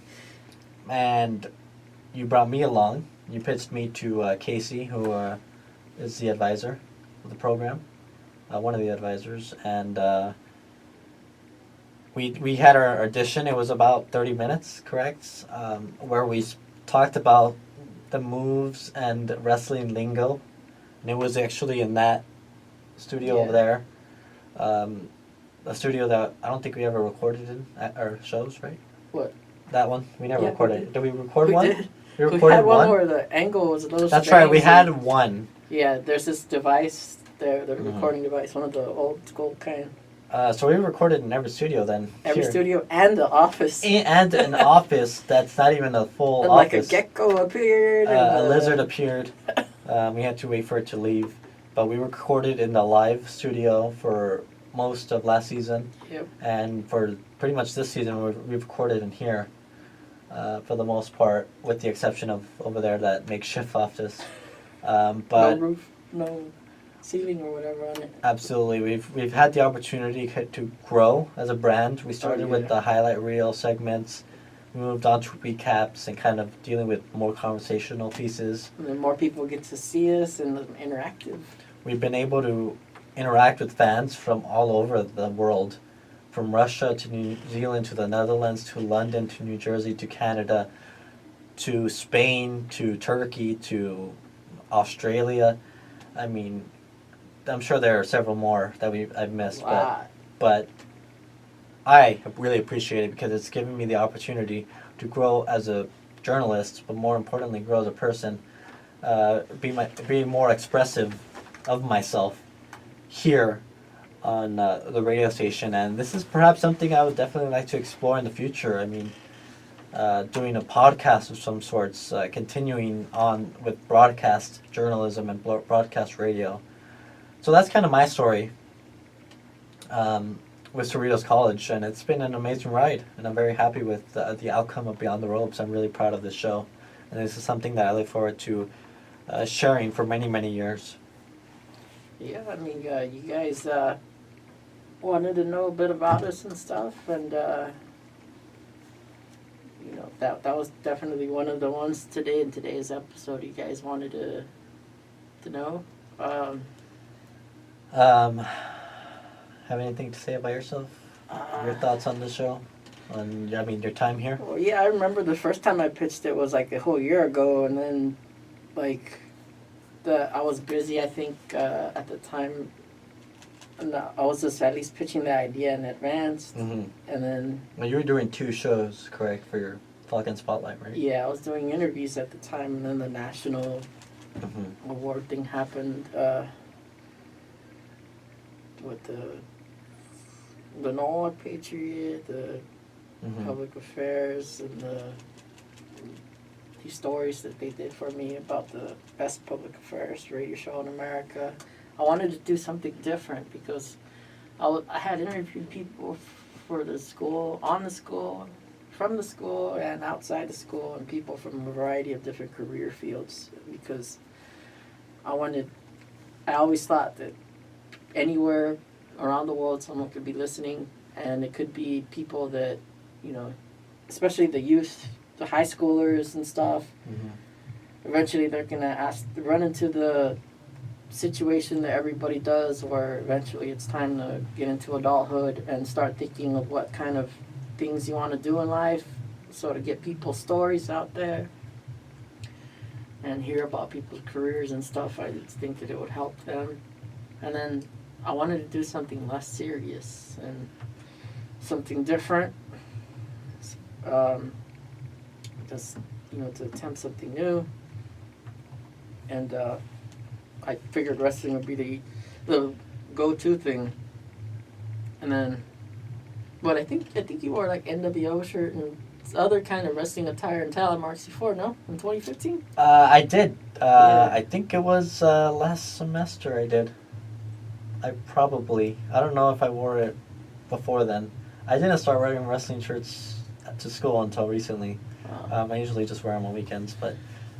I forgot how it was that I found out you were watching wrestling. Were you watching them on the computer before or something? So I think how you found out, maybe on social media? Well, you were following me on social media for a while, right? I think so. Like before you actually interviewed me, correct? Yeah. And so I think I posted stuff, and you might have... I think that's maybe how you approached me about doing the interview, which you know, our first interview... I didn't even know what we were discussing. I thought we were going to talk about telemarks because you mentioned news editor, and I was like, okay, that's me. We talked about it for 10 minutes, and the rest of the time, you surprised me with the wrestling topic, and I was not expecting that because I don't really talk about that with, you know, anyone. Yeah. And so you brought that up, and we got into it, and so we were able to build a show on something that we both love to watch and participate in and kind of discuss. And it led to Beyond the Ropes. 44 episodes later, and we're still doing it. This is the end for WPMD, as far as we know.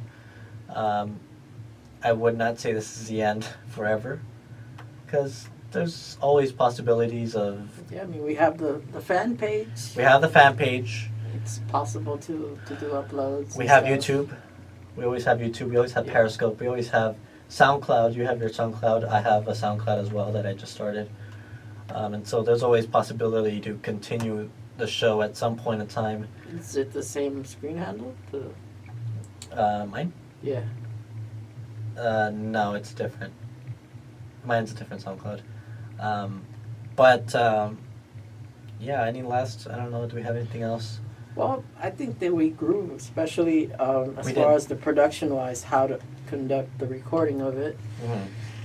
You know, during my time here in the radio station in 2011, I was thinking of whether or not I wanted a show, and I started as a music librarian. Mm-hmm. I filed CDs in the little closet thing over there, the storage room. And I just learned from there, and I was a guest on people's shows. But I studied people, certain things that stood out.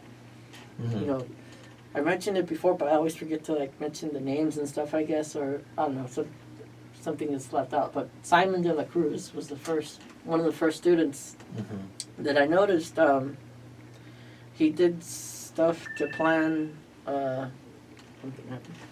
So he did stuff with his show that was a little unique. Did a lot of planning in advance, like typing a script, text-to-speech type of thing. Mm-hmm.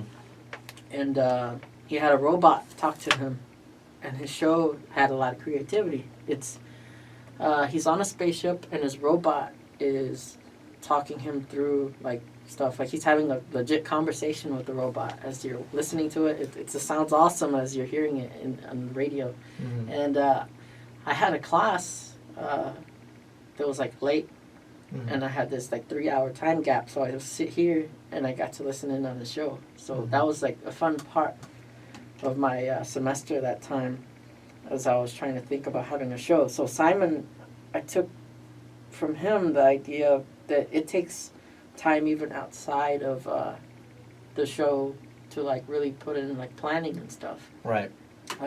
Enrique Rivera just came back, but back then when I got to know him, I had noticed since he took talent marks, he took some journalism classes, and he was part of the studio, and I noticed he was big on building a brand as far as the internet.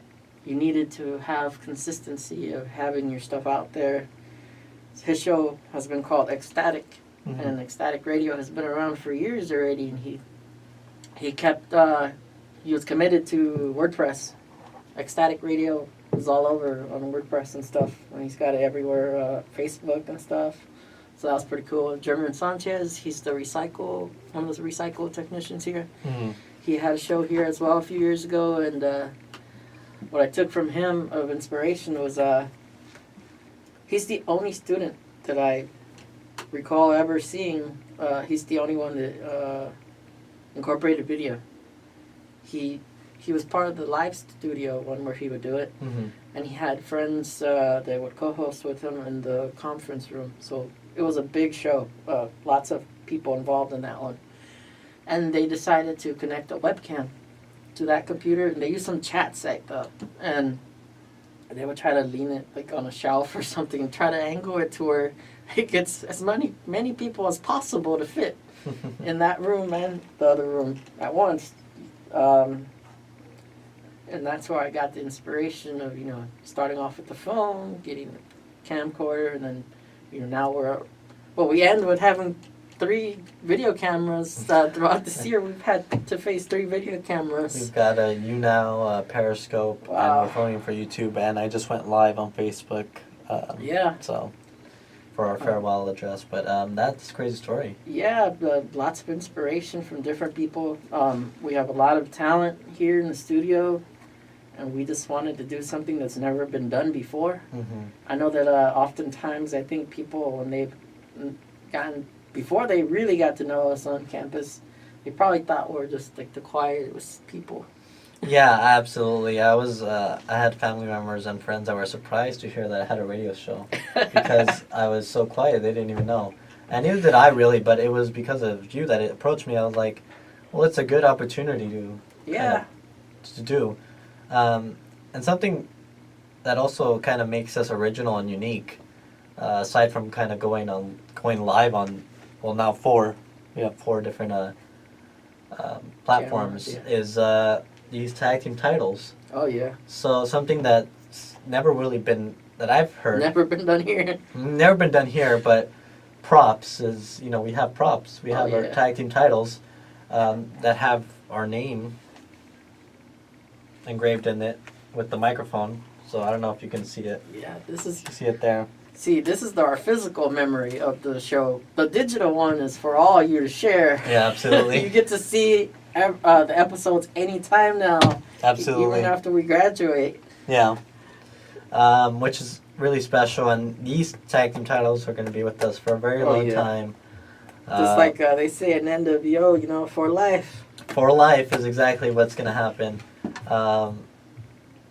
Yeah, I would say that's kind of our. Yeah. What other memories we have? We've done quite a bit for the show and for the station. So, what was the reaction when you first said that you had a show? How did you? A lot of people they just didn't expect me to have a radio show, and neither did I. So, it was a good opportunity. I did get a lot of positivity. So a lot of, that's really cool. That's awesome that you have that. And so it's really expanding kind of my my plethora of what I could do, I guess. You know, instead of just being a regular journalist, I could get experience on a microphone and get an experience, you know, being on camera, because that's also something that I'm not used to, is being on camera. I'm on camera for and we've had to deal with some. Obviously, not every audience member is like super friendly. Some of them are funny. We've had to deal with some hard time. Yeah, some hard times. Talking about hard times, Jesse Rhodes, hard times. Oh yeah. We had some hard times. We had some fans that maybe weren't so nice, and like to have fun, but that's fine. Yeah. We also had plenty of technical issues. Oh yeah. Last semester, we had a number of walk-ins from the advisor. I remember that. We had a couple this semester too. Now the only difference is, at first we had heads. You would see the heads passing by. Yeah. Now that we have the cameras facing this way, people can't tell we have the cameras rolling. Yeah, they think we're talking to just the door or something, which is really cool. But we are facing, you know, the computer, the phone, I and think it's great camera. that we challenged ourselves to even have people watch us live. Yeah. I always, you know, I think the first show I was ever on as a guest, it was funny because the window is tinted in the live studio. Mm-hmm. And then the host, he was like, you know, dude, right now, just know that when you have a show, you're comfortable, dude. Like, nobody can see you, but it's just you in the world. Mm-hmm. It's like, oh, no pressure there. He's like, no, don't worry, dude. You see, this window's tinted, you know? And so he's like, okay, so I'm going to do something. Like, okay, you see the hill? Mm-hmm. Yeah. They can't see me, but I can see them. Mm-hmm. He's like, hey. And someone's like sitting, like, I think, like Indian style, whatever, by like a tree or whatever, I think. The tree by the hill. And he's like, you, there by the tree. And they're like, what? Like, yeah, you. It's me from the radio station. Hi! Like, he was like messing with the person just for fun. Yeah, for those that don't know, when we're live, you can hear the live show from the outside of the campus, essentially. So if you're nearby, you can actually hear them. I don't think I ever got to hear us. Well, obviously we were live, so. Oh yeah, but we get to see the videos and stuff. We get to see the videos, online. get to look back on them, which is really special. But we do want to take the time also to. I mean, I know that when I took multimedia with journalism, I took it with Cameron, and Cameron helped me be less quiet because of the assignments that he had us do. Yeah, absolutely. And so, for Rich Cameron, he's a journalism advisor who's retiring this year. He definitely helped me believe in myself. He gave me the editor-in-chief position last semester, and so he believed in me to really take control of the school paper. I also have to thank Alicia Edquist, who was my multimedia advisor this semester, and she's been a big help. She's helped me learn how to run the site, the WordPress. Absolutely. I recorded my very first video last week because of her class, and so I learned audio and how to edit video, and it's something that I'm definitely going to try out in the future. And so I'm definitely looking forward to experimenting with that type of stuff. But a big thanks to them. Big thanks to we want to give out our thanks, right? Yeah, to Casey. Yeah, Casey and Bright gives us the full creative Craig freedom Bright. to do what we need on here.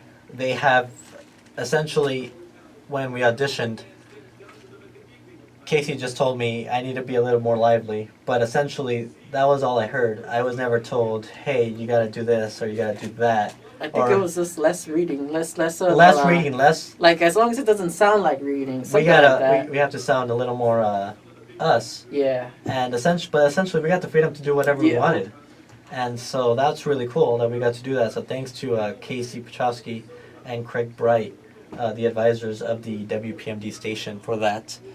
I want to thank my family for supporting me in everything they do. Thanks to my friends who have supported my show and liked my stuff. Thanks to those that are joining us on the live, my Facebook Live. I never go live on Facebook, but thank you for that. I think I'm still live. I don't know. But thanks to you, because without you, we wouldn't have this show. Man, we were able to put out 44. 44 episodes. We're not done. I will always say this, that we're not done. Just because we're done with the radio station, and we're not going to be on air for a while. I'm still waiting on the university to get back to me, but I'm interested in doing some other stuff. Here is Casey coming in. I don't know, but we're still. Okay. recording. Oh, Casey's waiting. We're about to finish. Almost. We're almost done. We wanted to make sure we had an episode that was longer. Yeah, I think we got over 2 hours. So I think this is it, right? Are we missing anything? What do you think about graduation? It's gonna be a hectic day, but it should be fun. I don't really have that We gotta much. be there like at 4? Is it 4? We gotta be here by 4, yep. 4. So it's gonna But be a day for people, because we should give instructions too. If you're gonna come to the graduation and watch, you gotta be here by what time? Even earlier than Be that. here by 4 at least, because the graduation starts at 6 o'clock, and people are gonna be Parking seeing is gonna be. park in the front or the back, preferably the back where there's more parking. Yeah, I think they designated 2 specific parking lots. And make sure to get there early. You might end up in the sun, so bring an umbrella or something. It's gonna be hot that day. No balloons. I know that was one of the rules. No balloons. No air horns, I believe. Oh yeah, I don't think anybody wants those. Yeah. So. Or that tube thing, the horn. So just show up. You can bring flowers. Money is always welcome. So if anyone wants to donate money to me, thank you. If anyone watching. But yeah, that's graduation. Oh yeah. I think we covered it. Any final words before we say goodbye? This studio has definitely. I've always mentioned this before. I've heard it from many people, but the studio and both broadcasting courses and the journalism courses can really help change you, because like I said, we have always been known as quiet people. And so to know that there's everywhere on the internet, if you Google, you'll see that we are talking like crazy already. Absolutely. It's nonstop rambling, especially today for our long edition, or our farewell edition of Beyond the Ropes on WPMD Radio. No, wow. I know that we did mention that we would cover something like, what was your favorite moment in wrestling? Our favorite moment in wrestling? There are so many. I know the Alliance to me was like one of the top best. You like that storyline? Yeah. For me, my favorite moment was going to WrestleMania 31 and seeing Seth Rollins cash in Money in the Bank at WrestleMania to win the title. Is that the one where Undertaker loses already? No, that's the one with Bray. Who? Oh, he fights Bray. Yeah, so that was a really good. That was Sting's first and only WrestleMania, where DX and the NWO collided. So that comes full circle. A match that people would have wanted to see, though, Sting and Undertaker. We may never see it. That's a dream match, but if that ever happens, you better believe we're going to be reporting on that. We will continue our Facebook page, Beyond the Ropes. Go give us a like, facebook.com/Beyond the Ropes. I will share the page. You can follow me on Twitter at EthanNV95, where I will retweet stuff from WWE, Impact, any type of wrestling. I think we'll definitely try to make sure, especially we try to keep up with predictions. So that way we can keep saying who predicted, who was most psychic that month. Absolutely. We'll be keeping up with the predictions of pay-per-views. We'll even predict storylines maybe. Oh yeah. We'll try to keep up the page in some form or fashion. And maybe once in a while we'll be able to come back and record something somewhere in some capacity. But I think this is it. This is our curtain call. This is the curtain call we're gonna have here. We're gonna have the goodbye, the Madison Square Garden goodbye here. I know you guys usually always see the front of the belt. Again, if you've never seen the back of the belts. There's our YouNow. There's our YouTube right here. I don't know if we're live on Periscope anymore. Probably not. No, the battery totally We lost you on Periscope. Sorry, guys. Oh man! Hogan, remember how he used to do it? Was it all like that? That's right. The guitar. He would always do. We're not gonna spray paint on titles like Hogan did. No. But I will say this. This has been a fun ride. Oh yeah. This has been an exciting adventure, and this has just been 2. Sweet. And I will say this, WPMD Radio and Beyond the Ropes together has just been deleted. Oh yeah. Thank you very much, and follow us on Facebook, facebook.com/Beyond the Ropes. Until next time, thank you for tuning in. Thank you. For Are these- there any other thank yous? Any other person? Thank I you to forgot everyone. Demo's all. Thank you Yeah. to everyone. I'm just thanking everyone. I'm not gonna Anybody forget that we probably left out, thank you, because there's been professors, counselors, whatever. everyone who has helped us get here. Oh, Thank you yeah. very much. And I will say it's been a fun ride, and it's time to say farewell. We will see you on Facebook, Oh yeah, definitely. and if we ever resurface, you better believe we're gonna let you guys know about it. And again, I mean, one of the university that's still trying to determine whether I'm gonna go to. You're probably gonna go to. You mentioned, right? There's a chance you're going to Long Beach. possibly, K Beats Radio is there. You never know. you never know where Beyond the Ropes will end up. You Yeah. never know, because much like professional wrestling, Yeah. Beyond the Ropes, anything Yeah. can happen. They always say never say never. Never say never. Anything can happen in the world of Beyond the Ropes and professional wrestling. Now it's time to say goodbye. What's a good catchphrase to say goodbye? I already used it too sweet. Sometimes whenever I would end the show, I'd always say until next time, maybe. Until next Until time. next time. But you know what? This isn't goodbye, so it is until Yeah. next time. Until next time. At the end of the day, we have to do what's best for business. What's best for business is, unfortunately for us, we gotta head out of here. Yeah. We gotta go. We gotta move forward. But furthermore, it's been a great time sharing this microphone with you, sharing the show with you. For the audience, thank you from all over the world. We really appreciate And it. thank you to all the fans who have ever clicked hearts on that Periscope, man. We got a lot I of mean, hearts. Wow. Thank you very much. Beyond the Ropes. You didn't have anything else to say about Cameron? I mean, wow. mean, thank thank you you, so Cameron. much. Again, because Yeah, Help. absolutely. build confidence and, Hmm. he's retiring. Yeah. Wow. So it's a big deal. But thank you guys, and I will say it's not goodbye. It's just see you later, Yeah. and we will see you guys later.